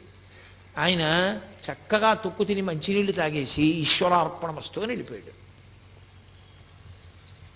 జ్ఞానులు అలా ఉంటారు, వాళ్ళకి రుచితో సంబంధం ఉండదు. దీనికి ఆకలేసింది, దీనికి వ్యాధి పుట్టింది, మందేశావు. దీనికి ఆకలన్న వ్యాధి పుట్టింది, కాస్త అన్నం పడేస్తారు. అన్నం కాదు, భవతి భిక్షాందేహి అన్నప్పుడు చేతిలో ఏం పడిందో అది పడేస్తారు కడుపులో, అంతే. మరి దానివల్ల ఏమంటే ఇది ఏమైనా అయిపోదా? అయిపోకుండా ఉండడం ఉంటుందా అసలు? పోనీ దీనికి నువ్వు ఏది పెట్టాలో అదే పెడుతూ జాగ్రత్త తీసుకుంటే ఉంటుందా? సత్యం ఆత్మ, ఇది అసత్యం వెళ్ళిపోతుంది, కానీ వెళ్ళిపోయే వరకు పాడు చేయకూడదు. బట్టి దానికి జబ్బు వస్తే మందేశాడు. కాబట్టి ఆయన వెళ్ళేవారు భిక్షకి. అది జ్ఞాని యొక్క స్థితి. రమణులు ఎందుకు భిక్షకి వెళ్ళారు అన్న మాటని జాగ్రత్తగా అర్థం చేసుకోవాలి. అస్తమానం పళనిస్వామిని పిలిచి నాకు ఆకలిస్తోంది, అది కొంచెం వెళ్ళి భిక్షకి వెళ్ళామన్నా పట్టరా అన్న అనుకోండి, అహంకారం వచ్చిందని గుర్తు. తను వెళ్ళడానికి కష్టం, తను తిరగడానికి కష్టం అంటే శరీర భావన వచ్చిందా లేదా? కాబట్టి పళనిస్వామి వెళ్ళి తెస్తూ ఉండాలి. పళనిస్వామే తీసుకొచ్చేసి ఆయన ఏదో ఆత్మానందంలో ఉండగా బహిర్ముఖులై, అయ్యా మీకోసమే తెచ్చాను, మీరు ఎప్పుడో నిన్న తిన్నారు, ఇవాళ సాయంకాలం అయింది, కళ్ళు విప్పారు, ఆకలేదు, తినండి అన్నారు అనుకోండి, ఉదాసీనుడు. తీసుకొచ్చారు, అక్కడ పెట్టారు. ఆయన తీసుకొచ్చి పెట్టారు అని చెప్పేసేసి ప్రత్యేకమైన కృతజ్ఞత లేదు. ఆయన తినమంటున్నాడు, ఇంత తీసుకుని నోట్లో పడేసుకున్నారు. ఆయన వెళ్ళి ఒక బండ మీద కూర్చునేవారు. ఒకళ్ళు వచ్చి రేపు మా ఇంట్లో పెళ్ళి, మీరు తప్పకుండా భోజనానికి రావాలి 11ంటికి అన్నారు. అలా చూశారు, వాళ్ళు ఒప్పుకున్నారు అనుకుని వెళ్ళిపోయారు. ఆయన అలాగే ఉన్నారు బండ మీద, ఆయన దిగలేదు. మర్నాడు ఏమిటి ఇంకా రాలేదు బ్రాహ్మణస్వామి అంటుండేవారు, ఇంకా రాలేదని చెప్పి కొండెక్కారు. కొండెక్కి రా భోజనానికి తీసుకెళ్ళి నీకు అన్నం పెడతాను రా అన్నారు. ఆయన అలాగే ఉన్నారు. పుచ్చుకోదు మనసు. మీరు అది పట్టుకోవలసిన విషయం. మనసు పుచ్చుకుంటే ప్రతిస్పందన, మనసు పుచ్చుకోలేదనుకోండి స్పందన ఉండదు. మీకు ఎలా చెప్పాలి, నేను ఇంకా బాగా అర్థమయ్యేటట్టు చెప్పాలంటే, ఇప్పుడు నేను ఇలా కూర్చుని ఉండగా మీరు వచ్చి నన్ను ధూర్తతనంతో ఏదైనా అనకూడని మాట అన్నారనుకోండి, నేను వెంటనే మీకు బుద్ధి ఉందా లేదా, నేను ఎప్పుడైనా చేశానా అలాంటి పని, ఎందుకు అలా నింద చేస్తున్నారు అన్నాను అనుకోండి, ప్రతిస్పందించాను. నేను నిద్రపోతున్నప్పుడు మీరు వచ్చి నన్ను ధూర్తతనంతో మాట్లాడారనుకోండి, నేనేమైనా అంటానా? అప్పుడు నా మనసు లేదు, ఆత్మలో లయమైపోయింది. మనసు పుచ్చుకోదు. మనసు ఆత్మయందు లయమై ఉండగా అది ప్రతిస్పందించదు. అది మనకి అజ్ఞానంతో సుషుప్తిలో లయమవుతుంది. ఆయనకి జ్ఞానము చేత జాగృతి యందు లయిస్తుంది. అదే తేడా. అది ఎలా జరుగుతుంది అంటే అనుభవం చేత తెలుసుకోవాలి తప్ప ఇంకా అంతకన్నా చెప్పడానికి వాక్కులు ఉండవు. కాబట్టి ఆత్మస్థితి అంటారు దాన్ని. అది వాక్కులకు అందదు. కాబట్టి వస్తానన్నావు భోజనానికి రాలేదే, ఇది వీళ్ళ భావనలు ఇవన్నీ, వీళ్ళ ప్రతిస్పందనలు. అసలు ఆయన నిన్న విన్నది లేదు, లోపలికి వెళ్ళింది లేదా మాట, ఇప్పుడు చెప్పిన మాట వింటలేదు. ఆయన ఆత్మగా లోపల ఆనందంలో ఉన్నారు. ఆయన ఏమిటి అంత పిలిచినా పలకడి, అంతసేపు నించుంటాను రెండని చంకల కింద చేతులేసి ఎత్తుకుపోయారు. ఎత్తుకుపోతే ఇలా పద్మాసనం వేసుకున్న వ్యక్తి పద్మాసనంతోనే లేచిపోయారు. ఆయన బలవంతంగా ఎత్తేసుకుని మోసుకుని పట్టుకుపోయారు. పట్టుకుపోయి ఓ కంచం దగ్గర పడేశారు. పడేసి తిను తిను తిను అని అరిచారు. ఆయన బహిర్ముఖులు అయ్యారు. ఓ తినమంటున్నారు. అన్నీ కలిపేసుకున్నారు. ఏదో 4 ముద్దలు తినేసి కూర్చోరు. ఎంతలో జారిపోతారో మీరు చెప్పలేరు. చాలా కష్టం. అది ఎలా ఉంటుంది అంటే చూడండి, విపరీతమైనటువంటి ప్రీతి భావన ఒక వస్తువు మీద మీకు ఉందనుకోండి, అపారమైన ప్రీతి భావన ఉందనుకోండి. ఒక ఉదాహరణ చెప్పాలంటే, నేను నా కొడుకంటే నాకు విపరీతమైన ప్రీతి అనుకోండి, నాకు అస్తమానం వాడు జ్ఞాపకానికి వస్తుంటాడు. ఏం చేస్తున్నా జ్ఞాపకానికి వస్తాడు. నేను ఆఫీసులో కూర్చుని ఇలా పెన్ తీశాను అనుకోండి, black pen, black refill pen సన్నగా రాస్తే వాడికి ఎంత ఇష్టం, వాడికి ఇలాంటి పెన్ను ఒకటి కొనెట్టే పెట్టాలి అనుకుంటాడు. అప్పుడు జారిపోయిందా లేదా? జారిపోయింది. కాసేపు ప్రీతి ఎక్కడుందో అక్కడికి జారుతుంది మనస్సు. ఆ మనసు అసలు పైకి ఉండడం దానికి ఇష్టం లేదనుకోండి, ఇంకా ఆ స్థితిని పొందేసింది అనుకోండి, అది ఆనందాన్ని తడువుకుంటూ ఆత్మలోకి జారిపోతుంటుంది. అందుకని ప్రతిస్పందనలు ఉండవు యోగికి. తప్ప జడమై కాదు, ఆత్మగా నిలిచి ఉన్నాడు కాబట్టి ప్రతిస్పందన పొందడు. అందుకే కరుస్తున్నా తెలియదు, చీమలు కుడుతున్నా తెలియదు, తేళ్లు కుడుతున్నా తెలియదు, ఒకరు నిందిస్తున్నా తెలియదు. ఒకవేళ నిజంగా ఆయన బాహ్యంలో ఉన్నారనుకోండి, ఉన్నా నేను ఇందాక చెప్పానే, ఆ స్థితికి ఎదిగిపోయిన వ్యక్తి అవతల వారి అజ్ఞానాన్ని మన్నించేస్తాడు. పాపం ఏం తెలుసు, గుణసంగాన్ని పొందాడు, ద్వంద్వముల యందు ఉంటాడు. కాసేపు సుఖం అంటాడు, కాసేపు దుఃఖం అంటాడు, కాసేపు ప్రీతి అంటాడు, కాసేపు అప్రీతి అంటాడు, కాసేపు కామం అంటాడు, కాసేపు క్రోధం అంటాడు. ఏమిటో అలా తిరుగుతుంటాడు. కానీ వాడికి ఏం తెలుసు పాపం, స్థిరంగా నిల్చోవడం వాడికి చేత కాదు కదా అని జాలితో, మన మీద కారుణ్యంతో వారు అలాగే చూస్తారు తప్ప ప్రతిస్పందించరు. నిజంగా వాళ్ళు ప్రతిస్పందించడం మొదలు పెడితే మీరు ఒకటి లెక్కలోకి తీసుకోండి, మనవన్నీ అపరాధములే అవుతాయి. మనవన్నీ అపరాధములే. అప్పుడు వాళ్ళు ఎంతమందికి ఎన్ని శాపాలు ఇవ్వాల్సి ఉంటుంది? ఇవ్వలేరు. భగవంతుడు మన యొక్క దోషములను ఎలా మన్నిస్తాడో, బ్రహ్మవిద్ బ్రహ్మైవ భవతి అని బ్రహ్మమును తెలుసుకుని బ్రహ్మమైన వ్యక్తి కూడా దోషములను అలా మన్నించగలుగుతాడు. అందుకే మీరు చూడండి, భగవద్భక్తుల యొక్క హృదయం కన్న తల్లి హృదయంలా ఉంటుంది. వాళ్ళు సాధారణంగా ఎంత దోషం చేసిన వాడైనా క్షంతవ్యూహం అన్నాడు అనుకోండి, క్షమించేస్తారు. ఎంత తప్పు పని చేయనివ్వండి, దాన్ని మనసులో పెట్టుకోరు. దాని గురించి 10 మాటలు మాట్లాడే లక్షణం ఉండదు. అసలు ఎవరో జ్ఞాపకం చేస్తే జ్ఞాపకానికి రావాలేమో కానీ, లేకపోతే దాని పెద్ద మనసులో స్థానం ఉండదు, విడిచిపెట్టేస్తారు. వాళ్ళు మారాలను ఒక కోరిక పెట్టేస్తారు తప్ప, ఇలా అన్నాడు అలా అన్నాడు, లేకపోతే ఇలా చేశాడు అలా చేశాడు దాన్ని పీక్కుంటూ ఉండడం, తవ్వుకుంటూ ఉండడం అలా ఉండదు. అది భక్తి పెరిగే కొద్దీ హృదయమునందు విశాలమైనటువంటి స్థితి ఏర్పడుతూ ఉంటుంది. అది ఒక జ్ఞానిగా నిలబడగలిగినప్పుడు భగవత్తత్వం ఎలా ప్రకాశిస్తుందో జ్ఞాని యొక్క తత్వం అలాగే ప్రకాశిస్తుంది. అందుకే బాలానంద స్వామి అన్ని ఆగడాలు చెయ్యగలిగాడు. ఆయన ఎంత ఎత్తులో ఉన్నారో ఈయన అంత కిందలో ఉన్నాడు. నేను చాలా అధికుణ్ణని బట్టకో దానికి ఓ కొత్త రంగు వేసుకుని కట్టుకుని చాలా గొప్పవాడిని అనుకుంటున్నాడు. బట్టకి రంగు మారితే గొప్పవాడివి కావు, లోపల మార్పు వస్తే గొప్పవాడివి అవుతావు. అది మార్పు రావడాన్ని బట్టి ఉంటుంది తప్ప బట్టని బట్టి ఉండదు. ఒక్కొక్కసారి మరి అలాగే చెప్పవలసి ఉంటుంది ఇటువంటి సందర్భాల గురించి చెప్పినప్పుడు తప్ప, నేను ప్రత్యక్షంగా సన్యాసాశ్రమాన్ని విమర్శించడం నా ఉద్దేశ్యం కాదు. నాకు చాలా చాలా గౌరవం ఉన్నవాడిని నేను ఆ ఆశ్రమం మీద. కాబట్టి మహానుభావుడు ఆయన ఏమీ ప్రతిస్పందించకపోయినా ప్రతిస్పందించే లక్షణం ఆయన మీద ప్రీతి ఉన్నవాడికి ఉంది. పళనిస్వామికి ఆయన ఏమిట్రా ఇలా ప్రవర్తిస్తాడని మరునాడు ఆ విరూపాక్ష గుహకి తలుపులేసి తాళం వేసేసి ఈ బాలానంద స్వామి ఎక్కడికో వెళ్ళారు. మళ్ళీ తిరిగి వస్తాడేమోనని అతని పెట్టి తీసి ఆ పెట్టిలో మంచి మంచి పట్టు వస్త్రాలు చీనాంబరాలను ఎందుకు అవన్నీ ఆయనకి దాచుకున్నాడు. అవన్నీ తీసి కొండ మీద పారేసి వెళ్ళిపోయారు. అందరూ కలిసి కిందకి ఏదో స్నానం చేయడానికి వెళ్ళారు. వెళ్ళి అందరూ కలిసి తిరిగి వచ్చారు. తిరిగి వచ్చి రమణులు యథాప్రకారం కూర్చున్నారు. అందులో గుహలో పైన ఎత్తుగా ఉంటుంది, పక్కకి చీకటిగా ఉంటుంది. అందులో చాలామంది అసలు కనపడరు మీకు లోపలికి వెడితే. చాలా తీవ్ర ధ్యానంలో కూడా ఉంటారు ఇప్పటికీ. దాని మీద కూర్చుని మళ్ళీ ధ్యానంలోకి వెళ్ళబోతున్నారు ఆయన. ఈ బాలానంద స్వామి వచ్చాడు. ఈ పళనస్వామి నా వస్తువులన్నీ తీసుకెళ్లి వీధిలో పారేశాడు, వీడిని వెంటనే గుహలోంచి పంపించేస్తావా, పంపించేయరా. ఇప్పుడేమిటి ఆ నాటకం? తన మీద ప్రీతి ఉన్నటువంటి వాడు తనకి అప్రీతితో ఉన్నవాడి పట్ల మర్యాద విడిచిపెట్టి ప్రవర్తించాడన్న ఖేదం ఆయనకి కలిగింది. ఈ ప్రీతి అప్రీతి రమణులకు ఏమైనా ఉందా? ఆయన అలా చూస్తున్నారు, ఏమీ మాట్లాడటం లేదు, ఏమీ ప్రతిస్పందన లేదు. అది అసంగత్వము అన్న మాటకు అర్థం. అది సత్సంగత్వే నిస్సంగత్వం అంటారు శంకరాచార్యులు వారు. అది నిస్సంగ బుద్ధి అంటే దేని మీద సంగం లేదు. ఆయన అలా చూస్తున్నారు. ఇంత నేను నోరు కొట్టుకుని అరిచినా నువ్వు పళనిస్వామిని పంపించలేదని రమణ మహర్షి దగ్గరికి వచ్చి ఆయన మొహం మీద ఉమ్మేశాడు. ఆయన అలాగే చూస్తున్నారు. మొహం నిండా ఉమ్ములేశాడు. ఆయన అలాగే చూశారు. ఏం చేస్తాడు ఇంకంతకన్నా? నీకు బుద్ధి లేదన్నాడు, వెళ్ళిపోయాడు. నేను అసలు ఈ కొండ మీద ఉండను, నువ్వు ఏమనుకుంటున్నావో, నేను లేకపోతే నీకు గౌరవం ఉందనుకుంటున్నావా?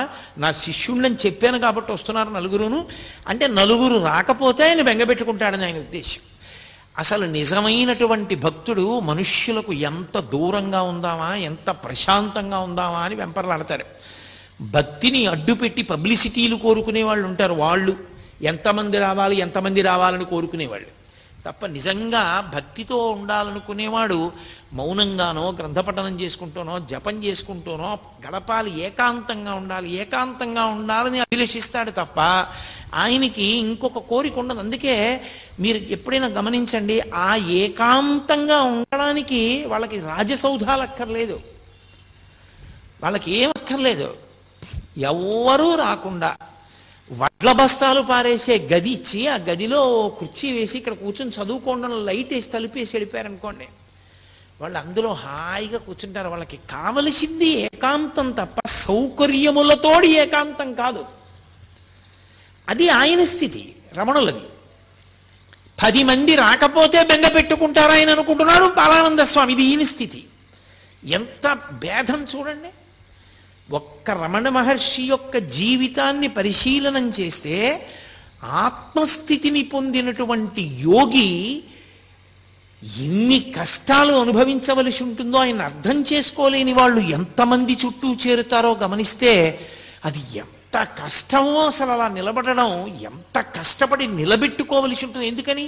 ఎక్కడైనా ప్రతిస్పందించారనుకోండి, నోటి వెంట ఏదైనా అన్నారో అయిపోతుందంతే, ఆ మాట పోయిందంతే, తపస్సంతా భగ్నమైపోయింది. అలా కానీ రాగద్వేషములకు వశులయ్యారా మళ్ళీ పునర్జన్మల్లోకి ఎడతారు. అందుకని ఎప్పుడూ ఆ స్థాయిలోనే నిలబడి ఉంటారు వాళ్ళు. ఉమ్ములేశాడు, వెళ్ళిపోయాడు, కిందకి వెళ్ళాడు, ఏదో రైలు ఎక్కాడు, వెళ్ళిపోతున్నాడు. ఈ కోపం మీద ఉన్నాడు కదూ, కోపానికి ఓ లక్షణం ఉంటుంది. అది ఎక్కడ నుంచో వస్తుందనుకుంటే తప్పు. కోపం వచ్చింది అంటారు. కోపం వచ్చింది అంటే ఎక్కడి నుంచో వచ్చి ఉండాలి. ఇప్పుడు కోటేశ్వరారు సభకు వచ్చారు అంటే ఎక్కడి నుంచో వచ్చాను నేను ఈ సభకి, కోపం వచ్చిందంటారు. కోపం బయట నుంచి లోపలికి రాదు, ఇక్కడే ఉంటుంది. ఉండేది అవకాశం కోసం ఎదురు చూస్తుంటుంది. అవకాశం వచ్చినప్పుడు పైకి లేచిందా అది క్రోధమూర్ఛిత అంటుంటారు వాల్మీకి మహర్షి. వశుణ్ణి చేసుకుంటుంది. అందుకే క్రోధం ఆవహిస్తే ఉండే లక్షణం ఏమిటో తెలుసా? మొట్టమొదటి లక్షణం, నాలుక మీద అదుపు పోతుంది. మీరు ఏం మాట్లాడుతున్నారన్న దాని మీద అదుపు ఏమీ ఉండదు. ఇంకా అదుపు లేని మాట నోటి వెంట వస్తుంది. ఆలోచన చనిపోతుంది. అదుపు లేనంత వేగంతో నోటి వెంట మాటలు వస్తాయి. బాగా ప్రశాంతంగా ఉంటే విశేషమైన అదుపులో వాక్ ఉంటుంది. తక్కెట్లో పెట్టి ఆలోచించి మాట మాట్లాడతాడు. అంత ప్రశాంతంగా ఉంటాడు. ప్రశాంతతకి పూర్తి విరుద్ధం క్రోధం. అది ఒకసారి వచ్చిందనుకోండి, ఎంత వేగంగా వచ్చిందో అంత వేగంగా వెనక్కి వెళ్ళదు. అది పట్టుకుని ఉంటుంది, చాలాసేపు పట్టుకుని ఊపుతుంది, దానికి ఆ లక్షణం ఉంటుంది. అందుకే మీరు చూడండి, ఎవరి మీదో చాలా కోప్పడి చాలా దెబ్బలాడి వెళ్ళిపోతున్నాడు అనుకోండి, మోటార్ సైకిల్ మీద వెళ్ళిపోతుంటే స్పీడ్గా వెళ్ళిపోతూ ఇలా ఇలా అనుకుంటూ తనలో తానే ఏదో ఇలా అనేసుకుంటుంటాడంటే, అలా అంటాడా నన్ను, నేను ఇలా అనవలసింది, వాడికి సిగ్గు లేదు నేను ఇలా అన్నాను, ఇంకా ఇలా కూడా అనవలసింది అని ఇంకా ఇంకా తను ఎవరితో దెబ్బలాడాడో వాడు తను ఎదురుగుండా ఉన్నాడు అనుకుని మనసులో ఊగిపోతుంటాడు ఆ క్రోధంతో. అప్పుడే ప్రమాదాలు జరుగుతాయి. ఎందుకని అంటే బాహ్యము మీద ఏ విధమైన నియంత్రణ ఉండదు, జారిపోతుంది. అది సమస్త ఉపద్రవములకు కారణం. అందుకే తన కోపమే తన శత్రువు, తన శాంతమే తనకు రక్షదయ చుట్టంబౌ అని చిన్నతనంలో నేర్పుతారు. క్రోధ క్రోధకృత్కర్త విశ్వబాహుర్ మహీధర అని విష్ణు సహస్రం. కాబట్టి ఆయన రైలు ఎక్కాడు బాలానంద స్వామి. ఎవరో అక్కడ కొంతమంది పిల్లలు కూర్చుని ఉన్నారు. ఆ కోపంతో అహంకారము క్రోధము రెండూ ఒకదాంతో ఒకటి కలిశాయనుకోండి, ఇక మీరు వాడిని పట్టుకోలేరు. ఇక వాడు ఎవరి మాట వినడం. నేనింత వాణ్ణి అని కోపం వచ్చిందనుకోండి, ఆ తర్వాత మాట్లాడేటప్పుడు కూడా వీడంతా పనికి మాలినవాడు, వీడన్నా వినాలి కదా నా మాట అంటాడు. మీరు అందుకే చూడండి, కుటుంబ యజమానికి కోపం వచ్చి ఇంట్లో ఒకరిని దెబ్బలాడాడు అనుకోండి, ఏమిటండి అది అలాగా ఊరికే మన కొడుకే కదా ఏదో తప్పు చేశాడు, ఏడు అంతంత దెబ్బలాడు, నోర్మయ్యి నువ్వు కూడా చెప్పొచ్చేదానివా అంటాడు. అంటే నేను యజమానిని, అహంకారం. తనకెవరూ చెప్పకూడదు, తను తిడుతుంటే పడుతూ ఉండాలంటే అందరూ తప్ప తనే ఖచ్చితంగా ఉన్నాడు, ఎవరికి లేదా బుద్ధి. అహంకారము క్రోధము పెనవేసుకుపోయాయో ఇంకా తనకి తాను ఎంత కీడు తెచ్చుకుంటాడంటే చాలా తొందరగా పతనమైపోవడానికి మార్గం ఏది అంటే ఈ రెండు పెనవేసుకోవడానికి అవకాశం ఇవ్వడమే జీవితంలో. ఈ రెండు పెనవేసుకోవడానికి అవకాశం కానీ ఇచ్చేశాడా పడిపోతాడు. మీరు చూడండి, అందుకే సాధారణంగా కొంతమంది పేర్లైనా కనీసం చెప్పినప్పుడు మహానుభావుడండి అండం అలవాటైందనుకోండి జీవితంలో, ఆయన మహానుభావుడండి అని ఇలా వెంటనే అనడం వచ్చిందనుకోండి, వాడు ఒబ్బిడవుతాడు జీవితంలో. అంటే ఆయన పేరు గుర్తొస్తే వీడికి అహంకారం వదిలేస్తూ ఉంటుంది. ఆయన ఎంత గొప్పవాడు అని మనసులో స్ఫురణకు వస్తుంది. వాడు పాడైపోతాడు అనుకున్నప్పుడు మీరు వెళ్ళి కనీసం ఆయన పేరు చెప్పచ్చు. ఏమిరా ఇన్ని చెప్తావు, పరమాచార్య ఇలాగే చెప్పారా, పరమాచార్య ఇలాగే ప్రవర్తించమన్నారా అన్నారనుకోండి, వాడు వెంటనే నాదస్వరం ఊస్తే పాము తగ్గిపోయినట్టు తగ్గిపోతాడు ఆ పేరు వినపడేటప్పటికి. అసలు అహంకారమే పెరిగిపోయింది అనుకోండి, పూర్తిగా దాన్ని పాలు పోసి పోషించేశారనుకోండి. మీరు అందుకే కొంతమంది వ్యక్తుల్ని చూడండి, ఎవరి పేరు చెప్పండి ఏకవచన ప్రయోగం వాడా అంటాడంతే. అంటే ఆయన ఉద్దేశ్యం ఏంటంటే తనకన్నా గొప్పవాడు ఎవరూ లేడు, ఎవరి గురించైనా తానే చెప్పగలడు. అందరిలోనూ దోషములే చూస్తాడు, ఎవరి యందు ఏ గొప్ప గుణాన్ని చూడలేడు. అది ప్రమాదకరమైన లక్షణం. మీరు ఏ ఆశ్రమంలో ఉన్నారన్న దాంతో సంబంధం ఉండదు, మీరు ఎంత సంస్కరించుకున్నారన్న దాంతో మీ గౌరవం, మీరు ఉన్న చోట శాంతి నిలబడి ఉంటాయి. అది లేనినాడు అటువంటి వ్యక్తిని మీరు ఎక్కడికి తీసుకెళ్ళి పెట్టండి, అశాంతే తప్ప శాంతి నిలబడదు.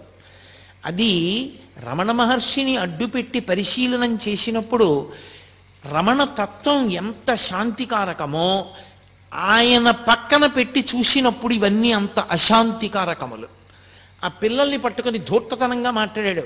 రైల్లో ఎక్కిన తర్వాత ఇతనెవరో వాళ్ళకేం తెలుసు, వాళ్ళెవరో ఇతనికేం తెలుసు, నేనింత గొప్పవాడిని నేను అనుకుంటున్నాను కానీ వాడికి ఎలా తెలుస్తుంది నేను గొప్పవాడినో కాదో, తెలియదు కదా.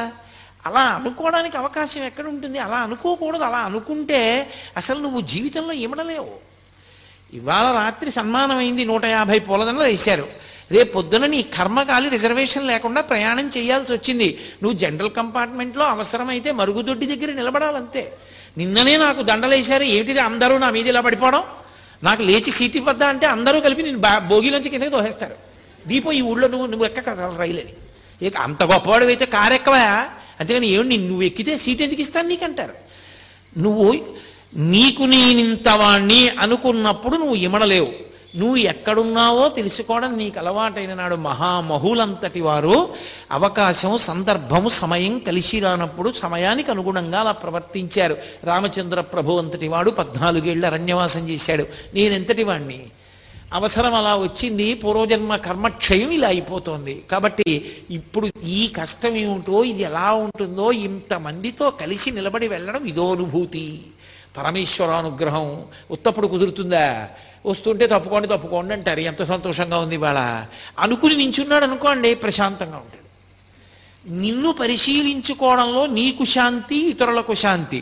అది నీకు రాకపోగానే ప్రమాదం.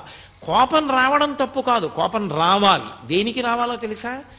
వ్యవస్థని చక్కదిద్దడానికి కోపాన్ని నటించాలి. ఒక్కొక్కసారి కోపం వచ్చేసి కాదు, కోపం నటించాలి. కోపం వచ్చేసింది అన్నట్టు ఉండాలి.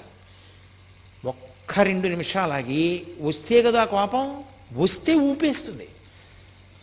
కోపం వదిలేసినట్టుగా నటించి చక్కగా మాట్లాడి వెళ్ళిపోవాలి.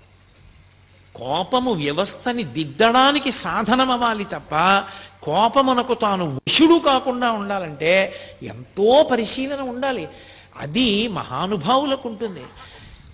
వేషాలు కడితే ఎక్కడి నుంచి వస్తుంది? అందుకని ఆయన రైల్లోకి వెళ్ళాడు, ఆ పిల్లలతోటి దెబ్బలాట పెట్టుకున్నాడు. నా అంతటి వాడిని చెప్తుంటే బుద్ధి లేదా?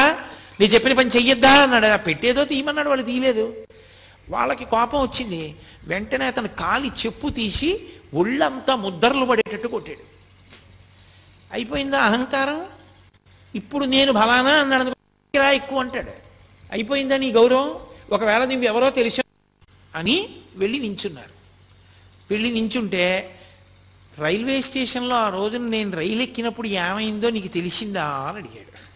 ఎంత విచిత్రమైన ప్రశ్న చూడండి. అంటే తనకి అవమానం జరిగిందని ఆయనకి తెలిసిపోయిందేమో. ఏమైంది నాకు తెలీదు అని ఆయన అన్నారనుకోండి, ఏమీ తెలియనట్టే ఉంటాడు. తెలిసింది అన్నారనుకోండి, సంగతి తెలిసిపోయింది కదా. నీ ముఖం మీద ఉమ్మేసి వెళ్ళబట్టే చెప్పులు ఎట్టి కొట్టారు ఒళ్ళంతా. నేను బుద్ధి లేనివాడిని అన్న విషయం నిరూపింపబడింది అక్కడ. నువ్వే గొప్పవాడివని తెలిసిపోయిందని కదా దాని ఉద్దేశ్యం. ఆయన ఏమీ అనలేదు, అలాగే అన్నారు. అతనే అన్నాడు, నీ ముఖం మీద ఉమ్ము వేసి వెళ్ళాను కదా, ఒళ్ళంతా చెప్పులతో కొట్టారు. నీకు ఇంకా నా మీద ప్రతీకార భావన ఉందా ఉమ్మేశానని? ఎవరు లేరుగా నా చుట్టూ, నా మీద నువ్వు ఉమ్ములేయి అన్నాడు. చుట్టూ ఎవరూ లేరు కాబట్టి. అది మీరు ఒక సందర్భంగా తీసుకోకండి. నేను మీతో మనవి చేసేది అదే. మనుష్యులు అహంకారంతో ఉన్నప్పుడు ఉండేటటువంటి లక్షణాలు ఎలా ఉంటాయో, ఎప్పుడూ ఒక్కలా ఉండగలిగినటువంటి స్థితప్రజ్ఞుడు ఎలా ఉంటాడో, రమణుల జీవితంలో ఎన్ని సందర్భాలు, నేను ఎక్కడ చెప్పను, కొన్ని సంవత్సరాలు ప్రసంగం చేయాలి నేను ప్రతిదాన్ని విశ్లేషించడం మొదలు పెడితే. కాబట్టి ఆయన ఏమీ అనలేదు, ఊరుకున్నారు. ఊరుకుంటే అన్నాడు, మళ్ళీ అంతలో అహంకారం వచ్చింది. పూర్వస్థాయి తనకు ఉండాలి. అందుకని పద విరూపాక్ష గుహలో కూర్చుందాం, నీకు నేను ఇవాళ ఒక కొత్తది యోగ విద్య ఒకటి నేర్పుతాను పద అన్నాడు. ఆయన ఏమీ అనలేదు. ఆయన ముందు నడుస్తున్నాడు, ఈయన వెనకాల నడిచారు. ఈయన కూర్చున్నారు, ఆయన కూర్చున్నాడు. కూర్చున్న తర్వాత అన్నాడు, ఇప్పుడు నేను నీకు యోగ విద్య నేర్పుతానన్నాను కాదు, ఊపిరి ఇలా తీ అన్నాడు. ఆయన మామూలుగానే ఇలా చూస్తూ తీసుకుంటున్నారు, ఆయన ఏమీ చేయలేదు. అదే చెప్పాను, అలా ఊపిరి బిగబట్టడం, ఊపిరి వదలడం చేయకూడదని. అంటే ఏమిటి? వినేవాళ్ళకి చూసేవాళ్ళకి మళ్ళీ తను వచ్చినా సరే భయపడిపోయి ఆయనే గొప్పవాడు, నా గురువు అని రమణులు తనకి వశపడ్డారని తెలుసుకోవాలని. మళ్ళీ ఏదో అల్లరి చేస్తున్నాడు, ఇది ప్రశాంతంగా ఉండనివ్వట్లేదని పళనిస్వామి వాళ్ళు 10 మంది వచ్చారు. వాళ్ళని చూసి అన్నాడు, బుద్ధి ఉందా లేదా, పెద్దవాళ్ళం ఏదో మాట్లాడుకుంటున్నాం ఇక్కడ, మీరెందుకు బయటికి పోండి అన్నాడు. ఎంత అహంకారం అండి! అది ఎన్ని వింటే పోతుంది, అది పరిశీలనం చేత పోతుంది, కానీ తనని తాను ఉద్ధరించుకోవాలనే ప్రయత్నం చేత పోతుంది తప్ప ఇంత వాణ్ణి అనుకోవడం మొదలు పెడితే దానికి అంతే ఏమైనా ఉంటుందా? ఎవరినైనా అధిక్షేపించి మాట్లాడడమే. అయిపోయింది, వెళ్ళిపోయాడు. వెళ్ళిపోయి మర్నాడు పొద్దున్న ఓ చుట్ట ఒకటి తీసి నోట్లో పెట్టుకుని నిప్పట్రా చుట్ట వెలిగించుకోవాలన్నాడు పళనిస్వామిని పిలిచి. ఆయన స్వామి ఏమిటి, చుట్ట ఏమిటి, కాల్చుకోవడం ఏమిటి, అరుణాచలం కొండ మీద ఏమిటది, ఓ చండ్రకర్రకి నిప్పంటించి పట్టుకెళ్ళాడు ఆయన. ఇంత నిప్పట్టుకొచ్చాయేమిటి చుట్ట వెలిగించుకోవడానికి అన్నాడు. మీరు పెద్దవాళ్ళు కదా, పెద్దదే ఉండాలి ఏదైనా, అందుకని పెద్ద నిప్పట్టుకొచ్చానన్నాడు. ఇంకొకరిని పిలిచాడు, నేను మొహం కడుక్కోవాలి, కర్ర పుల్ల పట్టరా అన్నాడు. ఆయన ఓ చెట్టు కొమ్మ నరికి లాక్కొచ్చాడు. కొమ్మట్టుకొచ్చావు ఎందుకన్నాడు. పెద్దవాళ్ళు కదా మీరు, పెద్ద కొమ్మే ఉండాలి నువ్వు పళ్ళు తోముకోవడానికని కొమ్మ తెచ్చానన్నారు.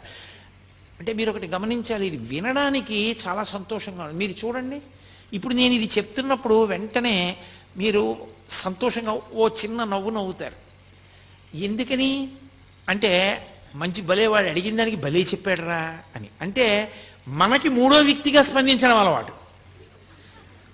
ఆయన అలాంటి వాడని ఓ నిర్ణయం, వాడికి భలే దెబ్బ కొట్టారా అని మనదో నిర్ణయం. కాబట్టి మనం ఓ చిన్న నవ్వు, ఏమీ లేకుండా ఉదాసీనంగా కూర్చున్నవాడు ఎవరైనా ఉన్నాడు అనుకోండి, వాడు శ్రోతలలో కొంత పరిణితికి వెళ్ళిపోయిన వాడిని గుర్తు. ఎందుకు వచ్చింది అది? రమణులు చూడు చక్కగా ఎందుకు వచ్చిన అల్లర్లు, ఈ అహంకారంతో. ఈయన అండము బాగుంది, వాళ్ళ అండము బాగుంది, ఇద్దరూ పాడవుతున్న వాళ్ళేగా. రమణుల చుట్టూ చేరి ఎవరు మాత్రం ఈయన్ని నేర్చుకుంటున్నారా ఆయన్ని చూసి అన్న భావన కలిగిందనుకోండి, అప్పుడు ప్రతిస్పందన ఉండదు. అన్న భావనతో ఊరుకుంటారంటే పరిశీలనము జరిగిందని గుర్తు. అక్కడ ఒక్క సంఘటనలో అన్ని విషయాలు చూపిస్తారు. సరే కొంతకాలం అయింది, ఇక్కడ నన్ను ఎవరూ లక్ష్య పెట్టట్లేదన్నాడు, మళ్ళీ వెళ్ళిపోయాడు, మళ్ళీ వచ్చాడు, దిగంబరంగా వచ్చాడు. ఈసారి వచ్చి నేను దేహాభిమానం అంతా పోయింది నాకు, అందుకని నేను గోచీ కూడా పెట్టుకోవట్లేదు అన్నాడు. అంటే ఆయన గోచీ పెట్టుకున్నారు కాబట్టి అంతకన్నా నేను గొప్పవాడిని. మళ్ళీ ఇదో విచిత్రం లోకంలో ఎలా ఉంటుందంటే, ఒక్కొక్కడు అసలు నేను ఏమీ పట్టించుకోనండి అని చాలా గొప్పగా చెప్పుకుంటుంటాడు. ఏమీ పట్టించుకోకపోతే నువ్వు అది ఎందుకు చెప్పుకోవడం? నేనేమీ పట్టించుకోనన్నది ఎందుకు పట్టుకుంది నేను? అది పట్టుకోకూడదు కదా, నువ్వు నిర్లిప్తంగా ఉండాలి. నేనండి ఏమీ పట్టించుకోనొచ్చమండి అని ఎంతో గొప్పగా చెప్తాడు దాన్ని తీసుకొచ్చి. లేకపోతే నాకు చాలా కోపం ఉండోయ్ అంటాడు. ఏడు అది అనా ఐశ్వర్యమా? సిగ్గుపడాలి నాకు చాలా కోపం ఉండోయ్ అని చెప్పడానికి. అది చెప్పుకోవడం కూడా ఏమిటి 10 మందిలోకి వచ్చి? అది రకరకాలుగా ఉంటుంది. నేను బట్ట కూడా కట్టుకోవట్లేదు, నాకు ఇప్పుడు దేహాభిమానం పూర్తిగా పోయింది అన్నాడు. పరమ అసభ్యంగా ప్రవర్తించాడు రమణ మహర్షి ఎదుట. ఏమైందో పరమేశ్వర శాసనం ఏమైందో, అతను ఇక అరుణాచల పర్వతం మీదకి ఎక్కలేదు, వెళ్ళిపోయాడు ఆ పోక. పరమేశ్వరుడు ఇచ్చగించలేదని మనం అనుకోవాలి. ఇక వీడికి ఎంత సంఘం ఇచ్చినా వీడు మారడనుకుని ఉంటాడు ఈశ్వరుడు. ఈయన ముందు ఎందుకు ఇది, ఈ అల్లరంతా ఎందుకు అనుకుని ఉంటాడు. దానివల్ల రమణులలో ఏదో ఉద్వేగం వస్తుంది, రమణులకు ఏదో బాధ కలుగుతుందని కాదు, ఇక అతను రావడం మానేశాడు. ఇంకొకడు బయలుదేరాడు వచ్చి, నీకు నేను దత్తాత్రేయ మంత్రాన్ని ఉపదేశం చెయ్యాలనుకుంటున్నానన్నాడు. ఆయన ఏమీ అనలేదు, అలా చూస్తున్నారు. నిన్న రాత్రి నాకు దత్తాత్రేయుల వారు కనబడ్డారు, నీకెళ్ళి మంత్రం చెప్పమన్నారు, అందుకు వచ్చాను, ఉపదేశం చేస్తాను రా అన్నాడు. ఆయన అలా చూస్తున్నారు. ఏ కష్టంగా ఉంటుంది మంత్రం అనుకుంటున్నావా? చిన్నదే, పెద్ద కష్టమేం కాదు, చెప్తాను, ఆ మంత్రం జపం చేయి అన్నారు. ఆయన అన్నారు, ఇంకా వింటలేదు, రా రా రా అంటున్నాడని. ఆయన అన్నారు, మీకు కనపడి ఉపదేశం చెయ్యమన్న దత్తాత్రేయుల వారు నాకు కనపడి ఉపదేశం పుచ్చుకోమంటే పుచ్చుకుంటానన్నారు. అతనికి ఎక్కడలేని కోపం వచ్చేసింది. అంటే నేను దత్తాత్రేయుల వారు చెప్పకుండా వచ్చాను అనుకుంటున్నావా? చేయించుకుంటావా చేయించుకోవా ఉపదేశం అన్నారు. ఆయన ఏమీ మాట్లాడలేదు. నీకేం కీర్తి ప్రతిష్టలు ఉండవు, నువ్వు ఏమీ గౌరవం లేనివాడివి అయిపోతావు అని చెప్పి అతని దగ్గరికి ఎందుకు వెడతారు? అతనికి ఏం తెలియదు, అతనికి ఒక మంత్రోపాసన కూడా లేదని చెప్పి వచ్చిన వాళ్ళందరికీ ప్రచారం చేసేవాడు. సూర్యబింబానికి ఒక అరిచెయ్యి అడ్డు పెడితే దాని యొక్క తేజస్సుని ఆపగలమా? ఆయన అన్నిటినీ దాటిపోయిన మహానుభావుడు. మంత్రోపాసన ఎవరు తీసుకుంటారు? ఆయన స్థాయిని పొందడానికి మంత్రోపాసన ఒక సాధనం. ఆ స్థాయికి వెళ్ళిపోయిన వాడికి ఇక మంత్రోపాసన ఏమిటి? కడుపు నిండిన వాడికి అన్నం ఏమిటి? దాహం తీరిన వాడికి మంచినీళ్ళు ఏమిటి? నిద్ర లేచిన వాడికి మళ్ళీ నిద్ర ఏమిటి? అది అవగతం లేకుండా, దాని మీద అవగాహన లేకుండా మేము గొప్పవాళ్ళం అనిపించుకోవాలని తాపత్రయంతో వచ్చి అక్కడికి చేరిన వాళ్ళు అన్నీ విడిచిపెట్టేశామన్న పేరుతో ఎంతమంది ఉన్నారో చూడండి. ఇంతమందిని తట్టుకున్నారు. ఒక 100 మంది తాగి వచ్చారు రోజు. వచ్చి మేము ఎక్కడో దక్షిణ దేశంలో ఉంటాం, అగస్త్య మహర్షి గుహలోకి వస్తుంటారు, అక్కడికి మిమ్మల్ని తీసుకురమ్మన్నారు, అందుకని చెప్పి నిన్ను తీసుకెళ్ళడానికి వచ్చాను, లే నిన్ను ఎత్తుకుపోతాం ఇక్కడి నుంచి అన్నారు. ఏమిటి ఆయన ఏమీ ప్రతిస్పందన లేదు, అలా చూస్తున్నారు. పళనిస్వామి వాళ్ళు అందరూ చుట్టూ కూర్చుని ఉన్నారు. వాళ్ళందరూ ఒక్కసారి బుద్ధుందా లేదా అని తిరగబడేసరికి 100 కూడా పలాయనం చిత్తగించారు. ఎంతమందితో ఎన్ని ఇబ్బందులు! మన దృష్టికోణంలో అయితే ఇవన్నీ ఇబ్బందులు, భగవాన్ రమణుల దృష్టికోణం అయితే లోకం యొక్క పోకడ. ఆ స్థాయికి చేరకపోతే అలా ఉంటుంది. మీరు చూడండి, లోకంలో ఒక స్థితి ఉంటుంది. అమ్మ కడుపున పుట్టినటువంటి పిల్లే అమ్మ అన్నం తింటోంది అనుకోండి, అది కొత్తగా ఎవరో బంధువుల ఇంటికి వచ్చింది. అమ్మ దానికి కడుపు నిండా అన్నం పెట్టి కూర్చోబెట్టి టీవీ చూడవే అని ఏదో బొమ్మలు కనపడేటటువంటిది పెట్టి చూడమంది. అమ్మ అన్నం తింటోంది, 4 ముద్దలు తినలేదు. ఇది వచ్చేసి అమ్మ నువ్వు వచ్చేయి, అమ్మ నువ్వు వచ్చేయి, అమ్మ నువ్వు తొందరగా తినేసి వచ్చేయి, తొందరగా తినేసి వచ్చేయి అని తల్లిని పీకు తినేసి తల్లి తొడక్కి కూర్చుంటుంది. దాని పోరు పడలేక అమ్మ గబగబా తినేసి వెళ్ళిపోతుంది. ఈ పిల్లే అమ్మని అన్నం తినివ్వకుండా చేసింది. చాలామంది పిల్లలు చూడండి, తల్లులకు బాగా తెలుస్తుంది. తల్లి అన్నం తింటున్నప్పుడే వాళ్ళకి మరుగుదొడ్డి అవసరం వస్తుంది. అమ్మ అందించుంటారు అంతే. ఆ తల్లి గవ్వ చేయి కడుక్కుని పాపం వెళ్ళి వాళ్ళ అవసరం తీర్చి మళ్ళీ వస్తుంది. ఏం చేయిస్తుంది? ఏదో మళ్ళీ కొంచెం తిని ఆ కడుపు నిండిపోయింది అనిపించుకుంటారు. కొడుతుందా పిల్లల్ని? అసహించుకుంటుందా? ఏంట్రా ఇంత యుక్తాయుక్త విచక్షణ లేకుండా ఈ పిల్లలు ఎప్పటికి పెద్దవాళ్ళు అవుతారా? ఏంట్రా అన్నం కూడా తిన్నవారు, దిక్కుమాల సంతానం సంతానం సంతానం అని ఏడిచానంటుందా? పరిపక్వత వచ్చిందనుకోండి, వాడే అమ్మ దా అని చెయ్యి పట్టుకుని తీసుకెళ్ళి, మా అమ్మ చిన్నప్పుడు పప్పు అన్నం బాగా మెత్తగా నలిపి చారు పోసి నెయ్యేసి మా అమ్మ నోట్లో పెడితే ఎంత బాగుండేదో. ఇప్పుడు మా అమ్మ పెద్దదైపోయింది, అంత గట్టిగా నలుపుకుని కలుపుకోలేదు. అమ్మ నేను కలిపి పెడతానుండని వేడి అన్నంలో పప్పు వేసి నెయ్యేసి మెత్తగా కలిపి చారు పోసి, అమ్మ మెత్తగా ఉంది, నీకు ఇలా ఇష్టం కాదు, అమ్మ నువ్వు తిను అని అమ్మ చేతికి సరిగ్గా పట్టుకోదేమో, నీకు చెయ్యి వణుకుతుంది, ఇదిగో ఈ చెంచాతో తిను అని చెంచా కూడా వేసి, అమ్మ చెంచాతో ఇలా ఇలా అంటూ కింద పడేసుకుంటా, అమ్మ నేను పెడతానుండు అని చెంచాతో తీసి అమ్మ నోట్లో పెడతాడు. ఒకనాడు అమ్మ అన్నం తింటుంటే మరుగుదొడ్డికి అవసరం వస్తోందని అమ్మని తినకుండా చేసిన పిల్లాడే పరిపక్వత వస్తే కలుపుకోలేని అమ్మకి చారు బువ్వ కలిపి నోట్లో పెట్టాడు. ఇది తల్లికి తెలుసు, తల్లిది పరిణతి, తల్లిది ప్రేమ. ఆ ప్రేమ చేత క్షమిస్తుంది తప్ప మనమందరం అంటాం నా కూతురి మీద నాకు ప్రేమ, అందుకని ఏమే సమయానికి అంటారు మీరు దాన్ని అన్నం తిన్నవరా ఏమి అంటే నా కూతురి మీద నాకు ప్రేమ. నాన్నగారండి దాన్ని ఏమనకండి పర్వాలేదు నేను మళ్ళీ తింటాను కదా అంటుంది. కానీ నేను ఎక్కువ దెబ్బలాడాను అనుకోండి, నా మనవన్నో మనవరాలనో నా కూతురు తట్టుకోలేదు. అంటే నాకు మనవలు ఉన్నారనుకుంటున్నారేమో, లోకం పోకడ చూసి నేను నా తాతగా నా స్థానాన్ని నేను ఊహ చేస్తుంటాను. నేను తొందరపడకూడదు సుమా, ఇలా ఉంటుంది తల్లి స్థానం అని. కాబట్టి తల్లి ప్రేమ ఉంది కాబట్టి కదా వాడు పరిపక్వత పొందాడు. తల్లికి ఆ ప్రేమ లేదనుకోండి, అన్నం తినే వేళటికే పిలుస్తావురా అని చెప్పి రోజు కొట్టేసింది అనుకోండి వాడిని, వాడు ఏమైపోయి ఉండేవాడు? వాడు జ్ఞాని లక్షణం పరిపక్వత లేని పిల్లల వంక చూసినటువంటి కన్న తల్లిని చూసినట్టు చూస్తారు తప్ప కష్టాన్ని భరించిన వాళ్ళలా వాళ్ళు చూడరు. వీడు ఇలా ప్రవర్తించాడు నేను ఎలాగో అలా భరించానని వాళ్ళు అనుకోరు. పరిపక్వత పొందలేదు, ఆ స్థాయి రాలేదు. పరమేశ్వరుడు అనుగ్రహించాలి. ఇటువంటి వ్యగ్రతలకి ద్వంద్వములకు లోను కాకుండుగాక, ప్రశాంతముగా ఉండుగాక అని నేను ఇందాక చెప్పానే. సినిమా చూస్తూ మనం పోలీస్ స్టేషన్కి ఎలా వెళ్ళాము అలా చూస్తూ ఉంటారు వాళ్ళు. అది అలా ప్రతిస్పందన లేకుండా పరిపూర్ణ ప్రేమతో అపరాధాలని మన్నించేస్తారు. కాబట్టే మళ్ళీ ఎప్పుడూ ఎక్కడా దాని గురించి చెప్పరు. ఏ తల్లి అయినా పెరిగిన ఏ పిల్లల గురించి అయినా వీడు చిన్నప్పుడు ఇలా నన్ను ఇబ్బంది పెట్టేవాడిని కానీ, లేకపోతే చిన్నప్పుడు వీడికి జ్వరం వస్తే నేను అన్నం మానేశానని కానీ ఏ తల్లి అయినా చెప్తుందా? చెప్పదు. అదేమిటి అలా చేయడం నా కర్తవ్యం, నా అదృష్టం తల్లిగా అంటుంది తప్ప అది తన గొప్ప అనుకోదు.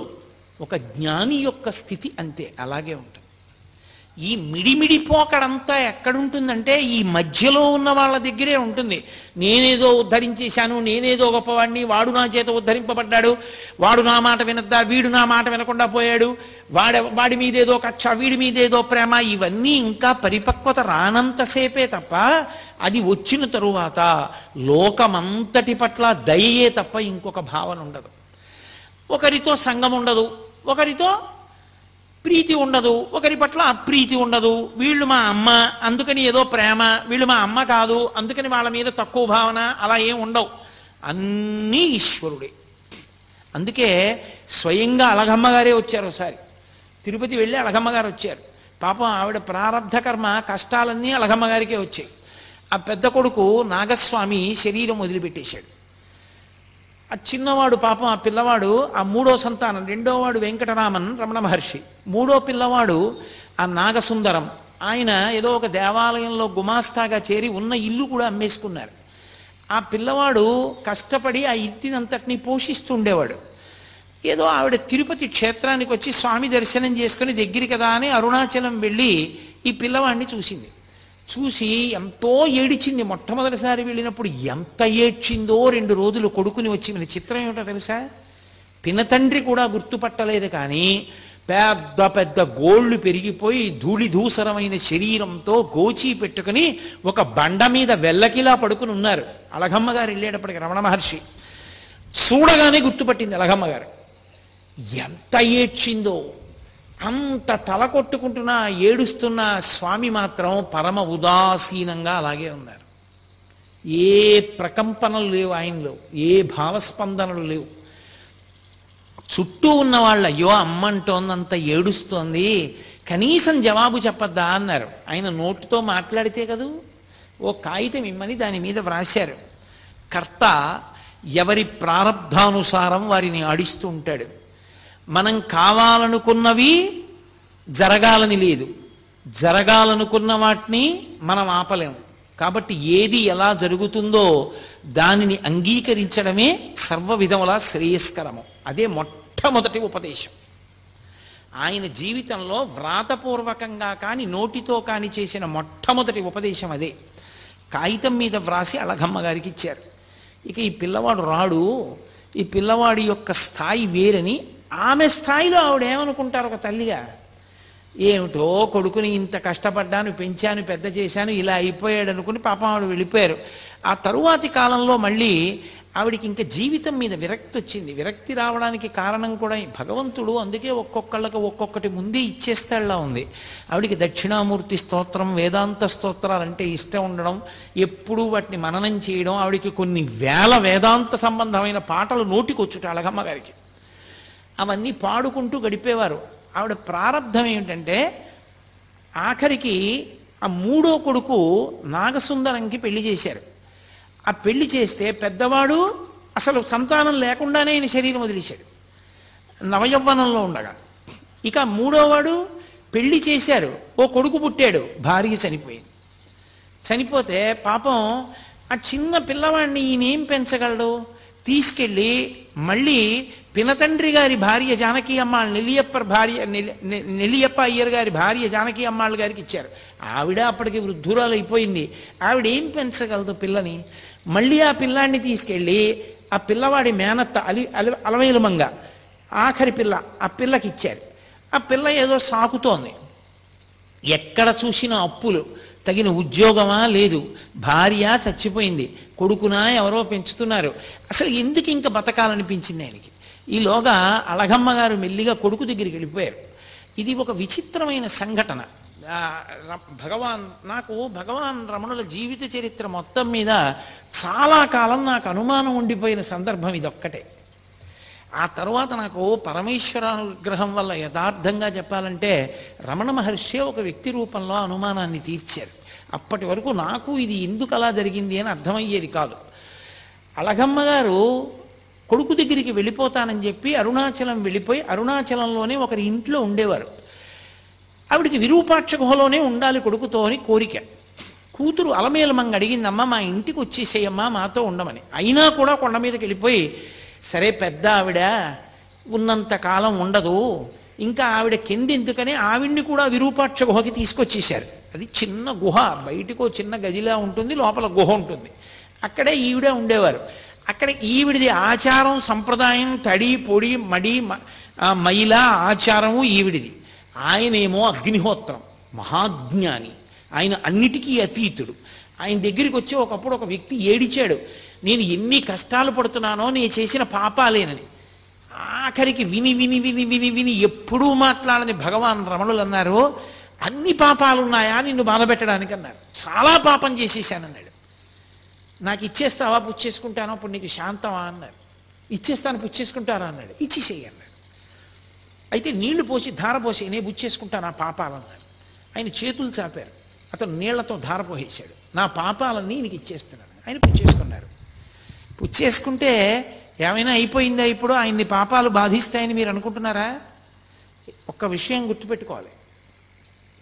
ఒక కొవ్వొత్తి వెలుగుతోందనుకోండి, దాని మీద నేను నీటి బుట్టు వేశాను అనుకోండి, కొవ్వొత్తి నిధనం అయిపోతుంది. పొయ్యి వెలుగుతోందనుకోండి, నేను చారెడు నీళ్లు తీసి ఇలా అన్నాను అనుకోండి, మంట నిధనం అవుతుంది. ఒక ఇల్లు కాలిపోతోందనుకోండి, పునః అమంగళకరమైన మాట ఎందుకు, అరణ్యంలో దావానలం వ్యాప్తి చెందిందనుకోండి, పెద్ద మంట, అరణ్యం కాలిపోతోంది అనుకోండి, నేను వెళ్ళి చారెడు నీళ్లు తీసి చల్లాను అనుకోండి, మంట ఏమైనా నిధనం అవుతుందా? ఈ నీళ్లు కాలిపోతాయి. నీరు నిప్పు నార్పాలి, కానీ అంత మంటలో చారెడు నీళ్లు పడితే మరిగి ఆవిరైపోతాయి, కాలిపోతాయి. అవి ఆర్పవలసిన నీరు కాలిపోయింది మంటలో. ఎందుకని? మంట పెద్దది, నీరు తక్కువ. రగిలిపోతున్న జ్ఞానాగ్ని పరమేశ్వర స్వరూపం అది.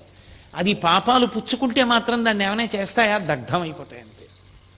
ఇంకొకరికి శాంతినివ్వడానికి పాపాలు పుచ్చేసుకున్నారంతే మహానుభావులు. అంతటి ద్వంద్వాతీత స్థితి. రమణుల పేరు చెప్తే చాలు గురువుల యొక్క అనుగ్రహం కలుగుతుంది, అరుణాచలేశ్వరుడి యొక్క అనుగ్రహం కలుగుతుంది. సాక్షాత్ సుబ్రహ్మణ్యావతారం. అంతటి మహానుభావుడు గుహలో కూర్చునుండగా కావ్యకంఠ గణపతి ముని ఒక్కరే ఉన్నారు. ఒక్కరే ఉండగా 6 జ్యోతులు ఆయన యొక్క తలని నుదిటిని తాకి ఆయనలో లీనమైపోవడం చూసి ఒళ్ళు గగుర్పొడిచింది కావ్యకంఠ గణపతి మునికి. 6 జ్యోతులు ఆయన నుదురిని తాకి ఐక్యం అయ్యాయంటే ఇది షణ్ముఖ స్వరూపం, సుబ్రహ్మణ్య స్వరూపం అని నిర్ధారించారు. అలగమ్మ గారికి పాపం మడి మైల, ఆవిడ తాపత్రయం ఆవిడిది, ఆవిడ ఆచారం ఆవిడది, అది తప్పు అని మాత్రం అనకూడదు సుమండి. నేను మీతో తరచుగా మనవి చేస్తున్నాను, జ్ఞానికి ఇవేం ఉండవు.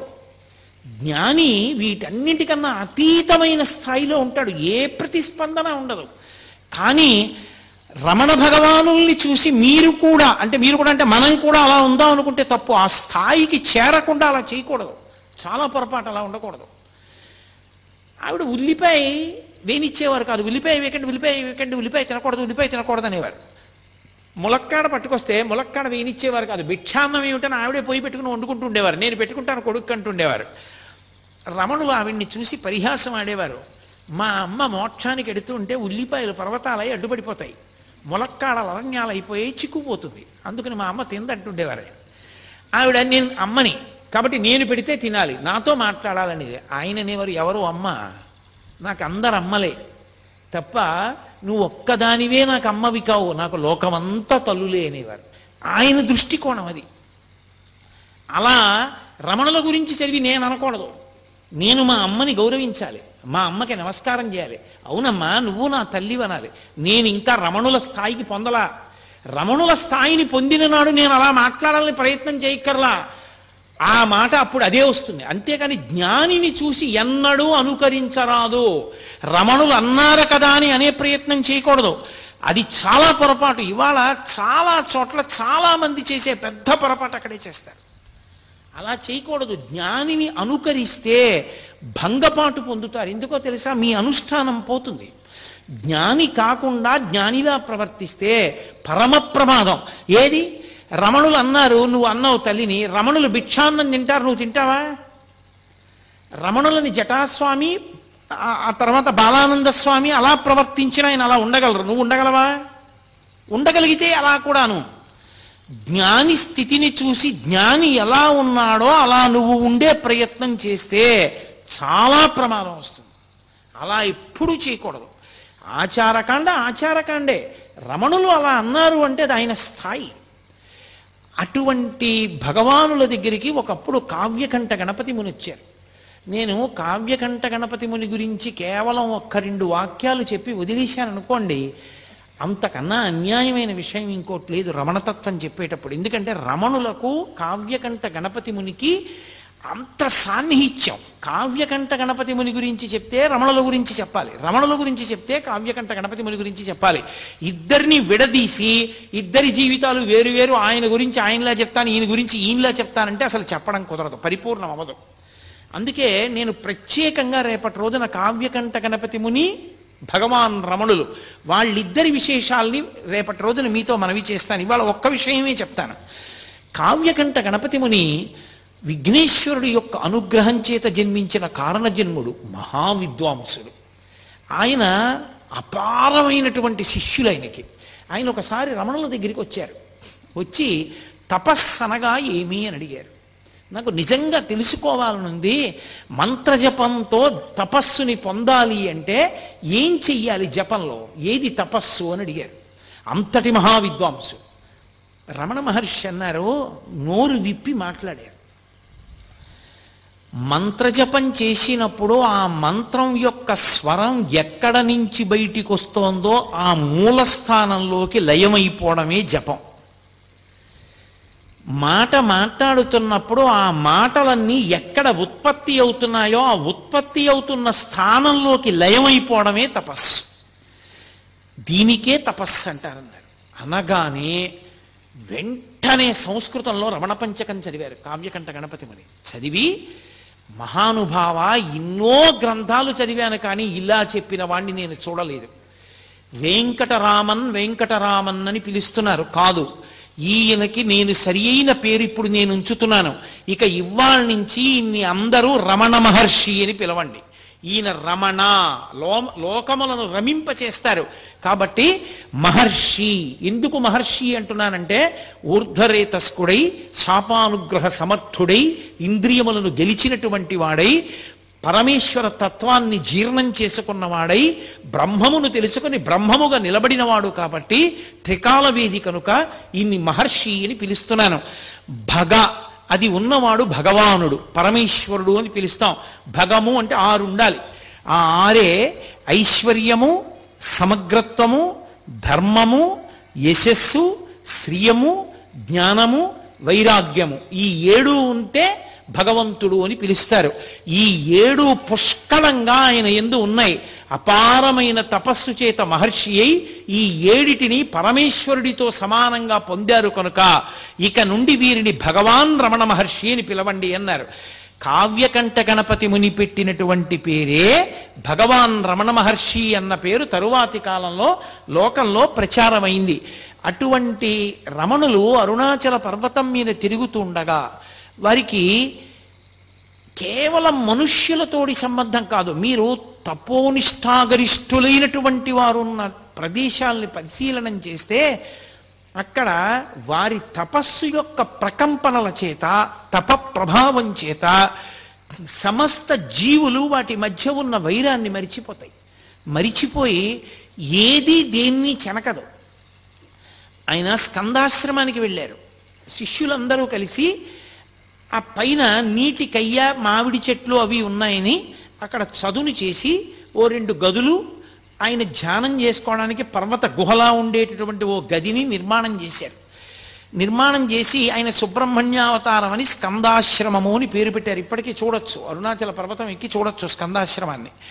ఆ స్కందాశ్రమంలో ఆయన ఉండే రోజుల్లో ఒక పెద్ద పాము ఒకటి వెడుతోంది. అందరూ భయపడేవారు. ఆయన దాన్ని తేరిపారి చూస్తున్నారు.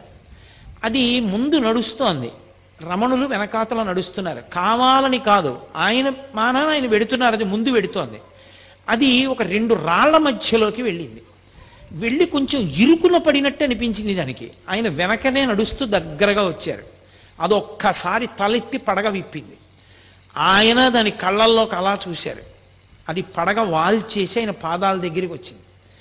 అది అప్పటి నుంచి రమణ మహర్షి శరీరం మీద ఎక్కి తిరిగే ప్రయత్నం చేస్తుండేది. అది ఆయన కాళ్ళు పట్టుకొని కాళ్ళు ఎక్కాలని చూసేది. ఏది? ఒక భయంకరమైన సర్పం. ఆయన దగ్గరకు వస్తే సమస్త ప్రాణులు శాంతి పొందేవి. ఆయన సోఫాలో కూర్చుని ఉండగా ఒక ఆయన 2 చిరుతపులి పిల్లల్ని తీసుకొచ్చాడు. అవి అకస్మాత్తుగా ఎగిరి సోఫా మీదకి ఎక్కితే 2 చిరుతపులి పిల్లలు ఏమవుతాయో అనుకున్నారు. ఆయన రెండిటిని దగ్గరికి తీసుకుని 2 చిరుతపులి పిల్లల మీద చేతులు వేశారు. అవి పిల్లి పిల్లల్లా కళ్ళు మూసుకుని ఆయన తొడ మీద తలలు పెట్టుకు పడుకున్నాయి. దాన్ని ఫోటోలు కూడా తీశారు కొంతమంది ఆ కాలంలో. అవి చాలా అలభ్యం, చాలా కష్టం మీద దొరుకుతాయంటారు. అలాగే కోతులలో తెగలు ఉంటాయి. ఒక తెగకి ఇంకొక తెగకి పడదు. 2 తెగలు దెబ్బలాడుకునేవి. దెబ్బలాడుకుని విపరీతంగా కొట్టుకునేవి. కోతికి కృతజ్ఞత ఎక్కువ. కోతి కృతజ్ఞత ప్రకటించదు. అది దాని లక్షణం. దాని లక్షణాల్లో ఒకటి కోతికి. అది 2 తెగలు దెబ్బలాడుకుని రమణులు విరూపాక్ష గుహ బయట ఉండగా వచ్చేవి. వచ్చి చెట్ల మీద కూర్చుని ఇటువైపు కొన్ని వేల కోతులు, అటు కొన్ని వేల కోతులు కూర్చుని కిచకిచలాడుతూ దీని రాజు దాని రాజు పరస్పరం చాడీలు చెప్పుకునేవి. ఇటు తిప్పి వినేవారు, ఇటు తిప్పి వినేవారు. ఆఖరికి మీరు ఇలా దెబ్బలాడుకోకూడదు, నీ తప్పే, క్షమార్పణ చెప్పు, వెళ్ళిపోండి అంటే అది కిచకిచలాడి వెళ్ళిపోయేవి. ఆయనకి ఎలా అర్థమయ్యేది? కోతి కిచకిచలాడితే ఆయనకి ఎలా తెలుసు? అన్ని వేల కోతులు తీర్పుగా ఆయన దగ్గరికి ఎందుకు వస్తాయి అంటే, మనిషి యొక్క మనసులో ఉన్న భావాలు అర్థం చేసుకోవడానికి భాష ఏమో కానీ ఆ మనసు కూడా భావాన్ని ఏ ఆత్మ ప్రకాశం వల్ల పొందుతుందో ఆ ఆత్మగా నిలబడగలిగిన వాడికి ఎదుటి ఆత్మలోని భావనలు ఎందుకు తెలుసుకోలేడు?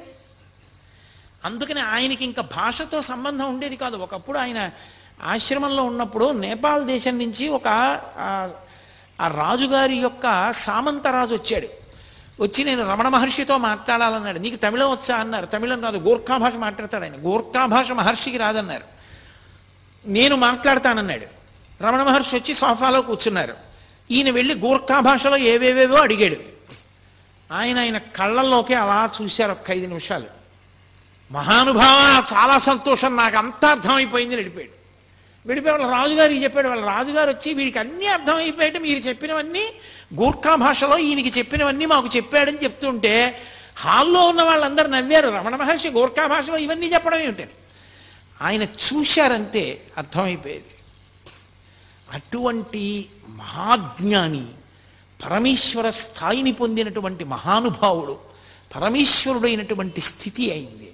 అందుకే ఒకానొకప్పుడు ఒక తెగకంతటికి రాజుగా ఉంది కొంతకాలం ఒక పెద్ద కోతి. దాన్ని తరిమేశాయి కోతులన్నీ, దానికి పదవి పోయింది. 2 అనుచరులు మాత్రం పాపం పాతరాజుగారన్న బెంగతో ఎప్పుడూ అనుసరించి వస్తుండేవి. దానికి ప్రాణోత్క్రమణం అయిపోయే సమయం ఆసన్నమైంది. అది వచ్చి విరూపాక్ష గుహ ముందు తిరుగుతోంది. రమణ మహర్షి చూసి జాలేసి దాన్ని ఇలా 2 చేతులతో ఎత్తి తీసుకెళ్లి ఒళ్ళో పడుకోబెట్టుకున్నారు. దానికి మెడ వాలిపోయి పళ్ళు గిటకరిస్తుంటే దాన్ని ఇటు తొడమించి బరువుకిటు తిప్పుకుంటుంటే దాని పళ్ళు ఆయన శరీరం మీద గీరుకుని మచ్చలు పడ్డాయి. అది ఆయన తొడ మీదే ప్రాణం వదిలింది. ఇది సిద్ధపురుషుడు, అందుకనే అరుణాచల పర్వతం మీద తిరిగి ఇది ఇలా శరీరం విడిచిపెట్టింది, దీనికి విభూతి అలంకారం చేసి బొట్టు పెట్టి దీన్ని తీసుకెళ్లి గొయ్యి తీసి కర్పూరం వేసి ఖననం చెయ్యండి అని ఒక సన్యాసిని ఖననం చేయించినట్టు ఖననం చేయించారు. ఒక కుక్క ఉండేది, అది దేవదాసి ఇంటికి వెళ్ళి పలహారం చేసేది. దేవాలయ ప్రసాదం అన్నం తినేది, దేవాలయంలో పడుకునేది. ప్రతిరోజు వచ్చి రమణ మహర్షులు ఉన్నటువంటి విరూపాక్ష గుహ ముందు నమస్కారం చేసి వెళ్ళిపోయేది. అది శరీరం విడిచిపెట్టినప్పుడు అలాగే చేయించారు. ఆయన దగ్గరికి ఎన్ని ప్రాణులో ఒక కుంటి కోతి ఒకటి ఉండేది. అది ఆయన అన్నం తింటుంటే అది అన్నం తినేది. అది వచ్చేది, ఒక గిన్నెలో దానికి అన్నం పెట్టేవారు. ఆయన తినడం మొదలెట్టితే అది తినడం మొదలెట్టేది. కోతికి నిలకడ ఉండదు, అటు ఇటు నడిచి పరిగెట్టి పోసేస్తుంది. ఒక మెతుకు కింద పోయకుండా తినేది. ఒక రోజున అన్నం కింద పడేసింది. అది ఏమి ఇవాళ నీ బుద్ధి ఇలా తయారైంది, అన్నం కింద పడేశావు అన్నారు ఆయన. దానికి కోపం వచ్చి రమణ మహర్షి కంటి మీద కొట్టింది. ఆయన నువ్వు నా దగ్గరికి రావద్దన్నారు. అది ఏడుస్తూ వచ్చి ఒక వారం రోజులు పోయిన తర్వాత అన్నం తినడం మానేసి బతిమాలుకుంది ఆయన కాళ్ళ దగ్గర కూర్చుని, నన్ను మళ్ళీ మీ ఒళ్ళోకి తీసుకోండి, నాకు అన్నం పెట్టండి అని. ఆయన అన్నం పెడితే అది కలిసి అన్నం తినేది. అది ఒకానొకప్పుడు కోతులందరికీ రాజు అయింది. ఆయన అన్నారు నోటితో, నువ్వు ఒకనాడు రాజు అవ్వాలే కోతులకి అన్నారు. అది నిజంగా రాజు అయింది. వాళ్ళు ఎన్నుకుంటారట కోతుల జాతుల్లో కూడా. ఎన్నుకుని అది వచ్చి భగవాన్కి స్కందాశ్రమంలో ఉండగా వచ్చి నమస్కారం పెట్టుకుంది. నమస్కారం పెట్టుకుంటే ఆయన అన్నారు అన్నం తినన్నారు. అంటే అది తిననని చెప్పి సంజ్ఞ చేసి వెళ్ళి చెట్టు మీద కూర్చుంది. 2 రాణులు వానర జాతిలో ఏంటంటే అంతవరకు ప్రభువుగా ఉన్నవాడి రాణులు కొత్త ప్రభువుకి రాణులు అయిపోతారు. అందులో రాణులతో కూర్చునుంది, అందులో అక్కడ అన్నం తింది అది. ఆ తర్వాత ఇన్ని ప్రాణులు, ఒక ప్రాణి కాదు. ఆ కూరలవ్వ అని ఒక ఆవిడ ఉండేది. ఆవిడ పాపం ఆకుకూరలు తెచ్చి ఉడికించి రమణ మహర్షికి పెడుతూ ఉండేది అరుణాచల పర్వతం మీద ఉన్నప్పుడు. ఆవిడ మహాతల్లి లక్ష్మి అనేటటువంటి ఒక ఆవు రూపంలో పుట్టి ఆశ్రమానికి వచ్చింది. మహర్షి చెప్తూ ఉండేవారు, ఈవిడ కూరలవ్వ ఇప్పుడు లక్ష్మి అన్న గోవుగా వచ్చిందని చెప్పేవారు. దానికి ఎంత స్వాతంత్రం, అది తిన్నగా రమణ మహర్షి దగ్గరికి వచ్చేది. ఆయన కౌపీనం ఒకటే పెట్టుకుని కూర్చుని ఉండేవారు. ఆయన ఒళ్ళంతా నాకేసేది. నాకేస్తే నాలుక గరుగ్గా ఉంటుందేమో, ఆయన ఒళ్ళు ఎర్రగా అయిపోయేది. ఎర్రగా అయిపోయిన తర్వాత వెళ్ళిపోయేది. ఆయన హాల్లో కూర్చుని ఉంటే వచ్చి ఆయనకి రోజు ప్రదక్షిణం చేసి, అది రాత్రి పడుకోవడానికి వెళ్ళిపోయే ముందు ఆయనకి ప్రదక్షిణం చేసి నమస్కారం చేసి వెళ్ళిపోయేది. గోశాల కట్టారు. గోశాల కడితే గోశాలలోకి ఆ ఆవుని పంపిస్తున్నారు, అది వెళ్ళలేదు. ఎంత తోసినా వెళ్ళలేదు. అది అందరినీ తప్పించుకుని పరిగెత్తుకుంటూ హాల్లోకి వచ్చి రమణ మహర్షి ముందు నించుంది. ఆయనకు అర్థమైంది, ఓ నేను గృహప్రవేశం చేస్తున్నాను గోశాలలోకి, మీరు లేకపోతే ఎలా రమ్మంటోందని. ఆయన లేచి వచ్చారు.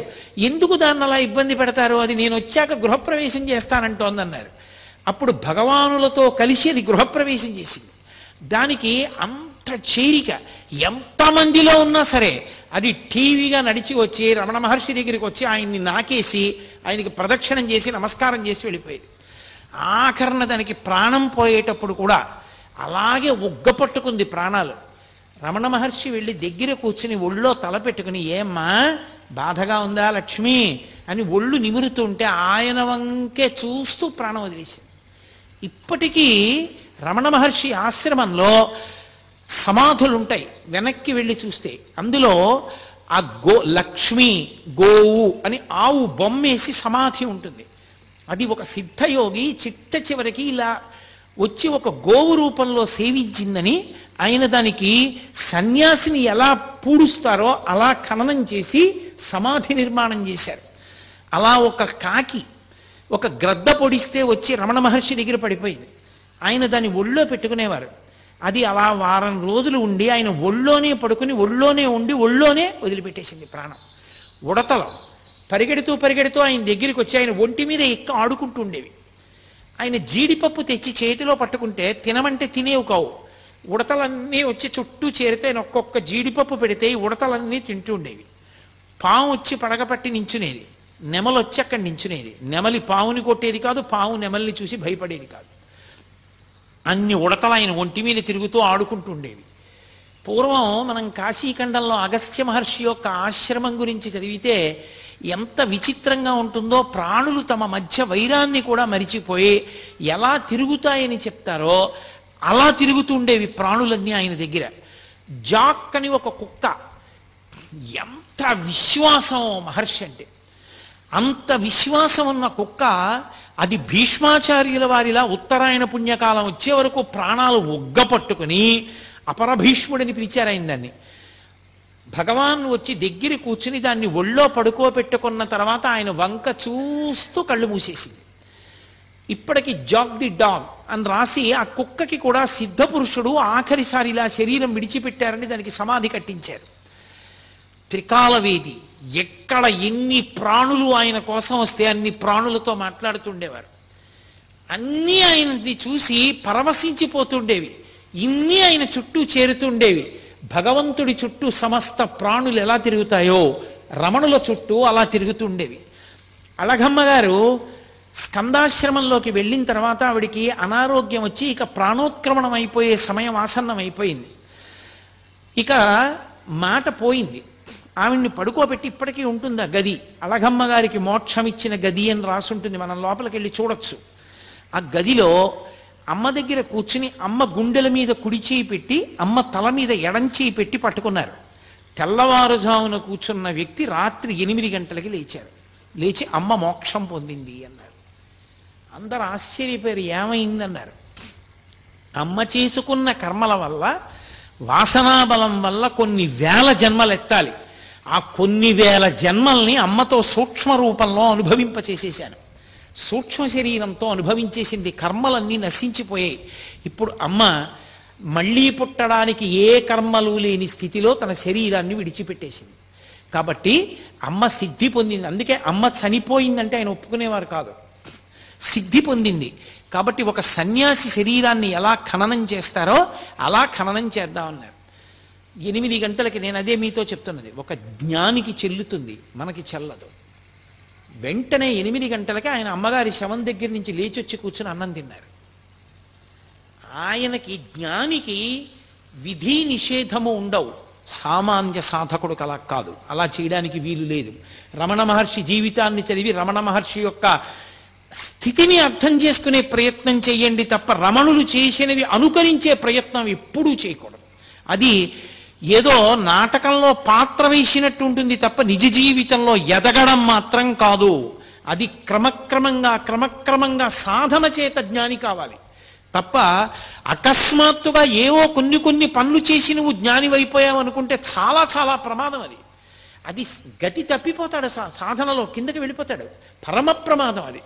సరే, నేను దాని గురించి హెచ్చరికతో కూడిన ప్రసంగం ఎందుకు చెయ్యాలి, రమణతత్వం గురించి మాట్లాడే ప్రయత్నం చేస్తాను. ఆయన ఆ మూడో తమ్ముడు మహానుభావుడు, పెద్ద ఆయన ఎలాగో నాగస్వామి శరీరం వదిలిపెట్టారు, రెండో ఆయన భగవాన్ రమణులైపోయారు, మూడో ఆయన తన భార్య చనిపోయింది, ఆ కొడుకుని తీసుకెళ్లి చెల్లెలు అలివేలు మంగ దగ్గర వదిలేశారు. ఆ నాగసుందరం గారు నేను ఒక్కడిని మాత్రం ఉండిపోవడం ఎందుకని, ఇక అళగమ్మ గారు అక్కడే ఉంది కదా అని చెప్పి ఆయన కూడా సన్యాసం తీసుకున్నారు. తీసుకుని నిరంజనానంద స్వామి అన్న పేరుతో ఆయన కూడా విరూపాక్ష గుహలోనే ఉండేవారు. ఈ తల్లి శరీరాన్ని పట్టుకుని కొండ కిందకి దిగారు. అప్పటికి శ్మశానం, ఇప్పుడు రమణాశ్రమం ఏదుందో అది శ్మశానంలో అంతర్భాగం. అప్పుడు ఆ శ్మశానంలోనే ఒక గొయ్యి తీసి గోతిలో అమ్మ శరీరాన్ని ఉంచారు. ఉంచగానే ఎవరో కాశీ నుంచి శివలింగం తీసుకొచ్చారు. వెంటనే అమ్మగారి సమాధి మీద ఆ శివలింగాన్ని నుంచి, దీని పేరు మాతృభూతేశ్వరాలయము, అమ్మగా మారిన పరమేశ్వరుడు లేదా పరమేశ్వరుడైన అమ్మ అన్న పేరుతో అమ్మకి గుడి కట్టారు, మాతృభూతేశ్వరాలయం అని. అప్పటికి గుడేం లేదు. కొన్నాళ్ళు పోయిన తర్వాత రోజు కొండ దిగొచ్చి నిరంజనానంద స్వామి పూజ చేసేవారు. రోజు రావడం వెళ్ళడం కష్టంగా ఉందని 4 తాటాకులతో చిన్న పందిరేసుకుని ఆ శ్మశానంలోనే సమాధి పక్కన ఉంటూ ఉండేవారు ఆయన.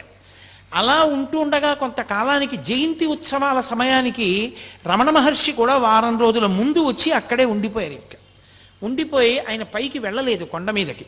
ఉండిపోయిన తర్వాత 4 తాటాకు పందిళ్ళు వేశారు. ఒక తాటాకు పందిరి గదిలో రమణులు కూడా ఉంటూ ఉండేవారు. అలా ఉన్న రోజుల్లోనే ఒక ఆశ్చర్యకరమైన సంఘటన జరిగింది. ఆయన ఒక గదిలో ఉంటుండగా ఓ కుక్కొకటి లోపల ఉండేది. ఒక 4 కిటికీల దగ్గర పడుకునేవారు. ఆయన పడుకున్నారు. ఇంతలో అలికిడి వినపడింది. ఊరికి చిట్ట చివరకు ఉంది ఆగ్నేయ భాగంలో. ఏమైంది, దొంగలు వచ్చారేమో అని అక్కడ ఉన్నవాళ్ళు లేచి కిటికీలోంచి చూశారు. చూసి 6 ఉన్నారు అన్నాడు లోపల ఉన్న అతను. కనపడ్డారు బయట 6 దొంగలు, 6 ఉన్నారన్నాడు. అనగానే వాళ్ళు కిటికీ అద్దం బద్దలగొట్టి కిటికీ బద్దలగొట్టారు. బద్దలగొట్టి లోపల ఎంతమంది ఉన్నారా, ఎవరున్నారా అని అరిచారు. అరిచేటప్పటికీ రమణులు ఆయనకి నిద్ర ఏమిటి, శరీరం నిద్రపోతుంది. ఆయన కూర్చుని అన్నారు, తలుపు తీయండి, వారిని రమ్మనండి, వారికి కావలసినవి ఏ ఉన్నా తీసుకుని వెళ్ళమనండి అన్నారు. అంటే వాళ్ళు దొంగలు చాలా ఉద్రేకంగా ఉన్నారు, వాళ్ళు మనని కొడతారేమో అన్నారు. వాళ్ళు పాపం ఆ స్థాయిని ఇంకా పొందలేదు, వాళ్ళు దొంగతనంలో ఉన్నారు, వాళ్ళు ఉద్రేకపడచ్చు, కానీ మనం ఎందుకు ఉద్రేకపడాలి, తప్పు కదా, తీయండి తలుపు అన్నారు. అంటే తలుపు తీశారు. తలుపు తీసి లోపలికి వచ్చి వాళ్ళు బడిత కర్రలు పెట్టి ఆ చుట్టూ ఉన్న వాళ్ళని అరిచిన కుక్కని కూడా కొడితే కుక్క భయపడిపోయి పారిపోయింది గదిలోకి. వాళ్ళు కూర్చున్న రమణుల దగ్గరికి వచ్చారు. వచ్చి ఏం దాచావు చెప్పు, నీ దగ్గరికి చాలామంది వస్తారు కదా, ఎంత ఉంది చెప్పమన్నారు. ఏమీ లేదు, ఉన్నవన్నీ అక్కడే ఉన్నాయి, మీకు కావలసినవి ఏ ఉన్నా మీరు పట్టుకెళ్ళవచ్చు అన్నారు. వాళ్ళు బడితి కర్ర తీసి ఆయన ఎడమ తొడ మీద కొట్టారు. బలంగా కొట్టే వెంటనే ఇలా తట్టు తేరిపోయింది. అంత దెబ్బ కొట్టే అబ్బా అని కూడా అనలేదు ఆయన. అలాగే కూర్చుని ఇక్కడ కూడా కొడతారా అని అడిగారు. అసలు బుద్ధి ఉందా వీడికి, అంత దెబ్బ కొడితే ఇక్కడ కొడతావా అని అడుగుతాడేమిటి అని ఆ శిష్యులు అందరినీ కొట్టారు. కొట్టిన తర్వాత వెతికారు, ఏదో 4 రూపాయలను, యాపిల్ పండు, కొద్దిగా బియ్యం అవి ఏవో దొరికాయి. అవే మూట కట్టుకుని వెళ్ళిపోయారు. వెళ్ళిపోతుంటే ఈయన్ని బయటికి పొమ్మన్నారు. అంటే వెళ్ళి ఉత్తర గృహంలో ఒక చిన్న తాటాకు పందిరి కింద కూర్చున్నారు. ఒక అతను చూశాడు, రామకృష్ణ అని అతను చూశాడు, ఇంత తట్టుంది ఆ తొడ మీద, ఇంత దెబ్బ కొడతారా అని ఇనప ఓచొకటి తీసుకుని ఇవాళ ఒకడినైనా చంపేస్తానని వెళ్తున్నాడు. రమణులు పట్టుకుని అన్నారు, అన్నం తింటున్నప్పుడు నాలుక పళ్ళ కింద పడుతుంది ఒక్కొక్కసారి. పళ్ళు నాలుకని కొరికాయని నాలుకది తప్పని నాలుక కోసుకుంటావా? నాలుక సరిగ్గా ఉన్న పళ్ళే కొరికాయని పళ్ళు పీక్కుంటావా? పళ్ళు నావే, నాలుక నావే. వాళ్ళు ఈశ్వరుడే, నేను ఈశ్వరుడే. ఇంత గొప్ప పూజ నాకెవరు చేస్తారు? ఎంత మంచి పూజ చేశారు. వాళ్ళు దొంగలు కాబట్టి పాపం వాళ్ళకి తగిన సంస్కారం లేదు. వాళ్ళు ప్రవర్తించినట్లుగా మనం ఎందుకు ప్రవర్తించడం? తప్పు, అలా చేయకూడదు, ఊరుకోండి అన్నారు. వాళ్ళు వెళ్ళిపోయారు. మరునాడు ఈ విషయం కర్ణాకర్ణిగా పోలీసులకి తెలిసి పోలీసులు వచ్చారు. కనీసం కొట్టారని దెబ్బ కానీ ఏమీ చూపించలేదు మహర్షి. కానీ దొంగలు పట్టుబడ్డారు, వాళ్ళని జైల్లో పెట్టారు. తర్వాత నేను మీతో ఎందుకు మనవి చేస్తున్నానంటే, నిద్దట్లో దొంగలు వచ్చారు, కర్రలు పెట్టి కొడుతున్నారు అంటే ఎవరైనా ఎంత ప్రతిస్పందించాలి? అప్పుడు కూడా ఆయనది ఉదాసీనమే, అదే స్థాయి, అంతే ప్రేమ.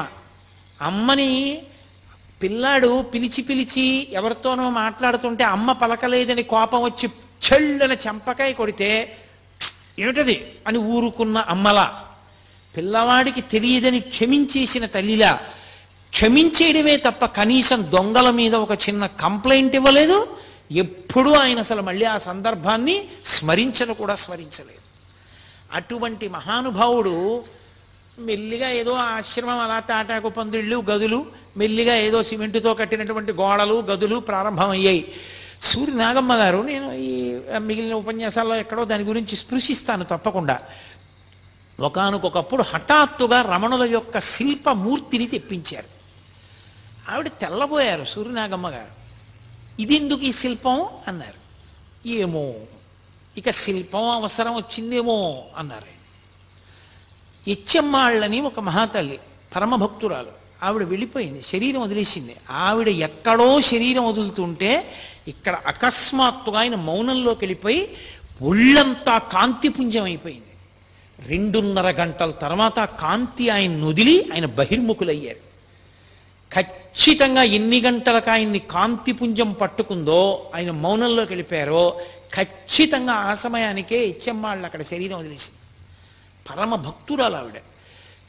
ఆయన దగ్గరికి వచ్చి చెప్పారు వాళ్ళు, ఇచ్చెమ్మాళ్ళు వెళ్ళిపోయిందని. తెలుసు ఇచ్చెమ్మాళ్ళు వెళ్ళిపోయింది అని. ఆయన అన్నారు, ఆవిడికి సమయం ఆసన్నమైంది, దీనికి ఎప్పుడో అన్నారు. అది మొట్టమొదటి మాట అవతార పరిసమాప్తికి. అందరూ హడిలిపోయారు, ఏమిటి ఇలా అంటున్నారని. తరువాతి కాలంలో మెల్లగా సర్కోమా పొడసూపింది. ఎడమ చేతి మోచేతి పైన ఒక చిన్న గడ్డలా ఒకటి వచ్చింది. వచ్చి అది మెల్లిగా పెద్దదై అది బద్దలై అందులోంచి నెత్తురు కారడం మొదలుపెట్టింది. ఇంత నెత్తురు కారిపోతోంది, నీరసపడిపోతున్నారు రోజు రోజుకి అని చుట్టూ ఉన్న వాళ్ళందరూ బెంగ పెట్టుకున్నారు. ఆకులు తీసుకొచ్చారు, పసర్లు పిండారు, రేడియం సూదులు తీసుకొచ్చారు, సూదులు గుచ్చారు, సూదులు గుచ్చి కట్టారు. అందరూ ఆయన దగ్గరికి వెళ్ళి, భగవాన్ మీకు పుండు పుట్టిందా అనేవారు. ఆయన అనేవారు, నాకు పుండు పుట్టలేదు, పుండుకి పుండు పుట్టిందనేవారు. ఈ శరీరమే పుండు, సుఖ దుఃఖములు అనుభవించడానికి వచ్చింది, ఈ పుండుకో పుండు పుట్టిందనేవారు. అది అలా నెత్తురు కారిపోతుండేది. ఆఖరికి దానికి ఆపరేషన్ చేశారు. ఆపరేషన్ చేసి పుండు తీసేశారు. మళ్ళీ అది సెలవేసుకొచ్చి మళ్ళీ పుండు మీద ఇంకో పుండు వచ్చింది. అది అలా నెత్తురు కారుతూనే ఉండేది. అది విపరీతమైన పోటుట సర్కోమా. ఎవరైనా వచ్చి భగవాన్ అంత నెత్తురు కారుతోందంటే ఆయన అనేవారు, ఇది శమంతకమణి, ఎంత ఎర్ర బంగారం పెడుతోందో చూశారా అనేవారు. ఒకానొక సందర్భంలో జలగలతో కరిపించారు, అది నెత్తురు తాగేస్తుంది, చెడు నెత్తురని. అవి విడిచిపెట్టలేదు, తాగి అలాగే స్తబ్దుగా ఉండిపోయాయి. ఏమిటి జలగలు అలా ఉండిపోయాయి అన్నారు ఎవరో. దానికి కూడా సమాధి స్థితి అబ్బిందేమో అన్నారు. దానికి ముగ్గు వేసి లాగేశారు ఆ జలగల్ని. అవి చిన్న మాంసం ముక్కలతో ఊడిపోయాయి. ఆయనకి ఎనస్థీషియా ఇస్తామన్నారు. నాకు మత్తెందుకు, దీన్ని మీరు కోసుకుంటానంటున్నారు, కొయ్యండి, నేను సాక్షిని అన్నారు. అంతటి సాక్షిత్వాన్ని పొందినటువంటి మహాజ్ఞాని మహానుభావుడు. అటువంటి స్థితిని చేరిపోయినటువంటి భగవానులు అప్పుడు కూడా, ఆ స్థితిలో కూడా వేదపారాయణం జరిగేటటువంటి సమయంలో మాత్రం బయటికి వచ్చి కూర్చుని దర్శనమిస్తుండేవారు. కొన్ని వేల మంది ఆశ్రమమంతా చేరిపోయి ఆ ఘోష వినపడుతూనే ఉండేది. అరుణాచల శివ, అరుణాచల శివ, అరుణాచల శివ, అరుణాచల. ఆయనకి అది పరమ ప్రీతి పాత్రం ఆ భజన. ఆ అరుణాచల అక్షర మణమాల అని ఆయన చేత రచింపబడింది. అది చదువుతూ ఆయన చదువుతూ ఉండేవారు. ఒక్కరోజైనా ఈ ఉపన్యాసాలు చెప్పుకున్నందుకు నేను అరుణాచల అక్షర మణమాల తీసుకొచ్చి దాని తెలుగు అనువాదం చేశారు పెద్దలు. దాని తెలుగు అనువాదంలోంచి నేను అక్షర మణమాలలోంచి చదువుతాను. మీ అందరూ కూడా ఒక రోజున చక్కగా అరుణాచల శివ, అరుణాచల శివ, అరుణాచల శివ, అరుణాచల అని ప్రార్థన చేద్దురు. కానీ ఒక్కరోజైనా కనీసం ఆ భజన చేద్దాం మనం. కాబట్టి అందరూ భజన చేస్తున్నారు. ఎంతమందో ఆయన్ని నమ్ముకున్న మహానుభావుడు, ఆయన దర్శనం అవ్వకపోతే ఎలా అని అలమటించిపోతున్న వాళ్ళు. అటువంటి వ్యక్తి ఆ ప్రమాదీనామ సంవత్సర చైత్ర బహుళ త్రయోదశి పూర్వాషాఢ నక్షత్రం ఉండగా ఆయన 8 గంటల 47 నిమిషాలైంది. ఇప్పటికీ రమణ మహర్షి శరీరాన్ని విడిచిపెట్టేసినటువంటి సమయాన్ని చూపిస్తున్న క్యాలెండరు గడియారం ఆ నిమిషాల దగ్గర ఆగిపోయి రమణులు శరీరం విడిచిపెట్టేసినటువంటి గది దగ్గర కనపడుతుంది. ఎప్పుడూ లేనిది ఆయన అకస్మాత్తుగా లేచి కూర్చుంటానన్నారు. లేచి కూర్చోవడం అంటే మంచం మీదే కూర్చోపెట్టారు, వెనక దిండు పెట్టి. ఎడం చేయి కదిలేది కాదు, ఆ ఎడం చేతిని కదిపి ఒళ్ళో పెట్టుకున్నారు. ఒళ్ళో పెట్టుకుని కుడికంటి వెంట బాష్పధార కారింది. అప్పటికే ఆయన ఎన్నో మాటలు అనేవారు. ఒళ్ళు ఉనికిపోయి జ్వరం వచ్చేస్తే ఆయన్ని పట్టుకోబోయారు. పట్టుకోబోతే గుడారంలో ఏనుగుని దూరిస్తే ఆ ఏనుగు గుడారంలో ఉండలేక గుడారం కదిలినట్టు ఇక ఈ చిన్న శరీరంలో ఉండలేనని ఆత్మ కదులుతోందనేవారు. మహానుభావుడు ఎంతటి స్థితప్రజ్ఞుడు. ఆయనకి ఆపరేషన్ చేసిన తర్వాత చాలా చల్లగా ఉంది, వెచ్చగా ఉంటుందని మంచం కిందకి తీసుకొచ్చి ఆయన అంత్యవాసులు హీటర్ పెట్టారు. తెల్లవారేటప్పటికి ఒళ్ళంతా వాచిపోయి బద్దలైపోయి నెత్తురు కారుతున్నట్టు అయిపోయింది. డాక్టర్లను పిలిచారు. వాళ్ళు పరిగెత్తుకొచ్చన్నారు, ఎవరు పెట్టారు హీటరు? హీటర్ పెట్టకూడదు, పెడితే ఒళ్ళంతా కూడా వాచిపోతుంది, ఎవరు పెట్టారని అడిగారు. అడిగితే మేమే పెట్టామన్నారు. వాళ్ళు తెలియక వెచ్చగా ఉంటుందని పెట్టామన్నారు. మరి ఇంత బాధపడిపోతూ ఒళ్ళంతా వాచిపోయిందే, ఎందుకు పిలవలేదు మమ్మల్ని అని అడిగారు. ఆయన అన్నారు, వారేమో దీన్ని కోశారు, కోసి ఇది బాగుంటుందని వారన్నారు. వారేమో మంచం కింద హీటర్ పెట్టి దీనికి బాగుంటుందన్నారు. ఇదేమో నేను లొంగనంది. పైగా హీటర్ పెడితే నాకు నచ్చలేదని ఇదేమో ఇలా తయారైంది. వారి పంతం వారిది, వీరి పంతం వీరిది, దీని పంతం దీనిది, ముగ్గురి పంతాలు చూస్తున్నాను తమాషా అన్నారు ఆయన. ఒక ఆయన అన్నాడు, అలా కాదు భగవాన్, ఇక్కడ ఆపరేషన్ చేస్తే మళ్ళీ వచ్చేస్తోంది, అందుకని ఎడం చేయి తీసేస్తా అన్నారు. ఆయన చిరునవ్వు నవ్వన్నారు, నా అదృష్టం, తల మీద పుడితే తలకొద్దురా అన్నారు. తప్ప అలా చేయి తీయించేసుకునేదో బతుకుదామన్నా ఆ శరీరంతో ఉండాలన్న కోరిక కూడా లేదు. ఆ క్షణం రానే వచ్చింది. ఇంతమంది ప్రార్థన చేస్తున్నారు. కుడికంటి వెంట బాష్పధార కారింది. అంటే పరమానందాన్ని పొందారమ్మయ్యా, అయిపోయింది శరీరం, ప్రారంధ కర్మ అయిపోయింది, వదిలిపెట్టేశాను శరీరాన్ని. కొన్ని వేల మంది చూస్తూ ఉండగా ఆ అరుణాచల క్షేత్రంలో ఆ ఊళ్ళో వాళ్ళు కూడా చూస్తుండగా ఆయనలోంచి ఒక జ్యోతి బయటికి వెళ్ళి నిలబడింది రమణాశ్రమంలో పైన. అందరూ ఆశ్చర్యంతో ఆ జ్యోతి వంక చూస్తూ వెలిగిపోతోంది అది ప్రకాశంతో. రాత్రి 8 గంటల 47 నిమిషాలు సమయం. అందరూ ఆ జ్యోతి వంక చూసి భగవాన్ రమణ అరుణాచల శివ, అరుణాచల శివ అని అరుస్తున్నారు. ఆ జ్యోతి క్రమక్రమంగా పైకెక్కుతూ అరుణాచల పర్వతానికి ప్రదక్షిణం చేస్తూ ఈశాన్య దిక్కుగా వెళ్ళి ఆ కొండలోకి కలిసిపోయింది. అంతే, అక్కడతో భగవాన్ రమణుల యొక్క శరీరం విడిచిపెట్టేశారు. విభూతి రాశారు, చందనం అలదారు, ఇంత అభిషేకము చేశారు. అమ్మగారికి కట్టినటువంటి మాతృభూతేశ్వరాలయం పక్కనే పెద్ద గుంత తవ్వి కర్పూరాదులు వేసి ఆయన శరీరాన్ని అందులో పెట్టి మట్టి కప్పి ఆ పైన శివలింగాన్ని ఉంచారు. ఇప్పటికీ ప్రతిరోజు ఆ శివలింగం దగ్గర వేదపఠనం చేసి అభిషేకం చేసి అత్యద్భుతమైన అలంకారం చేస్తారు. ఎందరో దేశ విదేశాల నుంచి వచ్చిన వాళ్ళు అక్కడే కూర్చుని ఉపదేశ సారము మొదలైనవి చదువుకుని ఆ రమణ మహర్షి ఉన్న ప్రాంతానికి ఆ సమాధి ఆయన ఉన్న అధిష్టానం, శివలింగం ఉంటే అధిష్టానం అంటారు, దానికి ప్రదక్షిణం చేస్తూ ఉంటారు. ఆ పక్కనే ఒక బావి ఉంటుంది, దాన్ని రమణ బావి అంటారు.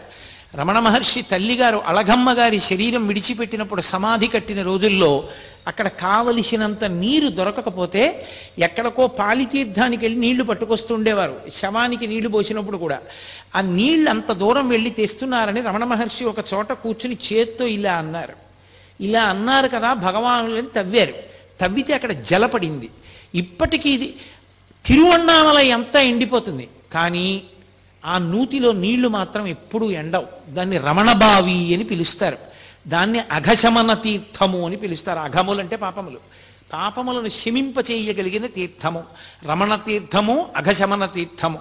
రమణులు ఉన్నంతకాలం కూడా ఆ అందులో ఉన్నటువంటి తీర్థంతోటే మాతృభూతేశ్వరాలయంలో అర్చనలన్నీ జరుగుతుండేవి.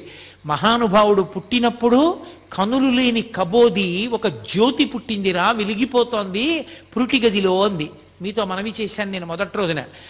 ఆయన ఆఖరణ శరీరం విడిచిపెట్టినప్పుడు కొన్ని లక్షల మంది ప్రత్యక్షంగా జ్యోతి పైకెక్కి అరుణాచల పర్వతంలో, అరుణాచల శిఖరంలో కలిసిపోవడాన్ని చూశారు. అలా చూసిన వాళ్ళల్లో నాకు చాలా చాలా గొప్పగా నేను చెప్పుకోగలిగింది, నా జీవితంలో సంతోషకరమైన విషయం ఏంటంటే, నా కూతుర్ని ఏ ఇంటికి ఇచ్చి పెళ్లి చేశానో, నా కూతుర్ని ఏ ఇంటికి ఇచ్చి పెళ్లి చేశానో ఆ నా వియ్యపురాలిని కన్న తండ్రి గారు కూడా అరుణాచలంలో రమణ మహర్షి యొక్క జ్యోతి వెళ్ళిపోతుండగా చూశాడు. చూసి ఆ రోజుల్లో ఆయన అదేమిటి జ్యోతి వెడుతోంది, రమణులకు ఏమైనా అయిందా అన్నారు. ఆ జ్యోతిని చూసి తిరువన్నామలై అంతా పరిగెత్తింది రమణాశ్రమానికి. ఏమైంది రమణులకని? ఆ జ్యోతి రూపంలో ఆయన వెళ్ళిపోయారు. జ్యోతిగా పుట్టి జ్యోతిగా వెళ్ళిపోయారు. జ్యోతి స్వరూపుడైన సుబ్రహ్మణ్యుడిగా, సుబ్రహ్మణ్యావతారంగా, సద్గురువుగా, మహాజ్ఞానిగా, గొప్ప వైరాగ్య చక్రవర్తిగా, బ్రహ్మవిద్బ్రహ్మైవ భవతి అనేటటువంటి మాటకి నిర్వచనంగా బ్రహ్మమును తెలుసుకున్న బ్రహ్మమై ఈ ప్రపంచంలో నడయాడి చిట్ట చివర శరీరాన్ని విడిచిపెట్టి ఇప్పటికీ అంతటా నిండి నిబిడీకృతమైన ఆత్మస్వరూపమై ఎవరు ఆయనకి నమస్కారం చేస్తారో, ఎవరు ఆయనకి అర్చన చేస్తారో, ఎవరు ఆయన మీద భక్తితో ఉంటారో వారందరికీ దర్శనమిస్తూ వారందరినీ కూడా జీవితంలో భగవంతుడి వైపుకి అడుగులు వేయించేటటువంటి గొప్ప గురుస్వరూపం, ఈశ్వర స్వరూపం భగవాన్ రమణులు. ఇవాళ మీకు భగవాన్ రమణుల యొక్క విశేషంలో ఇవాళ ఆయన జీవితం సిద్ధి పొందిన ఘట్టం వరకు చెప్పడం జరిగింది. రేపటి రోజున కావ్యకంఠ గణపతి ముని, భగవాన్ రమణులు, వాళ్ళిద్దరి జీవితాల యొక్క అద్భుత యొక్క విశేషాలు, అసలు నిజంగా కావ్యకంఠ గణపతి ముని యొక్క విద్వత్తు, రమణుల యొక్క వైభవం, ఇద్దరూ కలిసి చేసిన అద్భుతమైన పనులు అసలు వినడానికి చదవడానికే తెల్లబోయేటట్టుగా ఉంటాయి. ఆ విశేషాల్ని రేపటి రోజున 6:30 ప్రారంభం చేసి భగవానులు పలికించినంత మేర పలుకుతాను. మంగళాశాసనపరై మదాచార్య పురోగమై సర్వైశ్చ పూర్వైరాచార్యై సత్కృతాయాస్తు మంగళం. మంగళం కోసలేంద్రాయ మహనీయ గుణాత్మనే చక్రవర్తి తనూజాయ సర్వభౌమాయ మంగళం. ఉమాకాంతాయ కాంతాయ కామితార్థప్రదాయినే శ్రీగిరీశాయ దేవాయ మలినాథాయ మంగళం. కరచరణకృతం వా కర్మవాక్కాయజం వా శ్రవణనైనజం వా మానసం వాపరాధం విహితం వా సర్వమేత్తక్షమస్వా శివ శివ కరుణాబ్ధే శ్రీమహాదేవ శంభో. సర్వం శ్రీ ఉమామహేశ్వర పరబ్రహ్మార్పణమస్తు. స్వస్తి.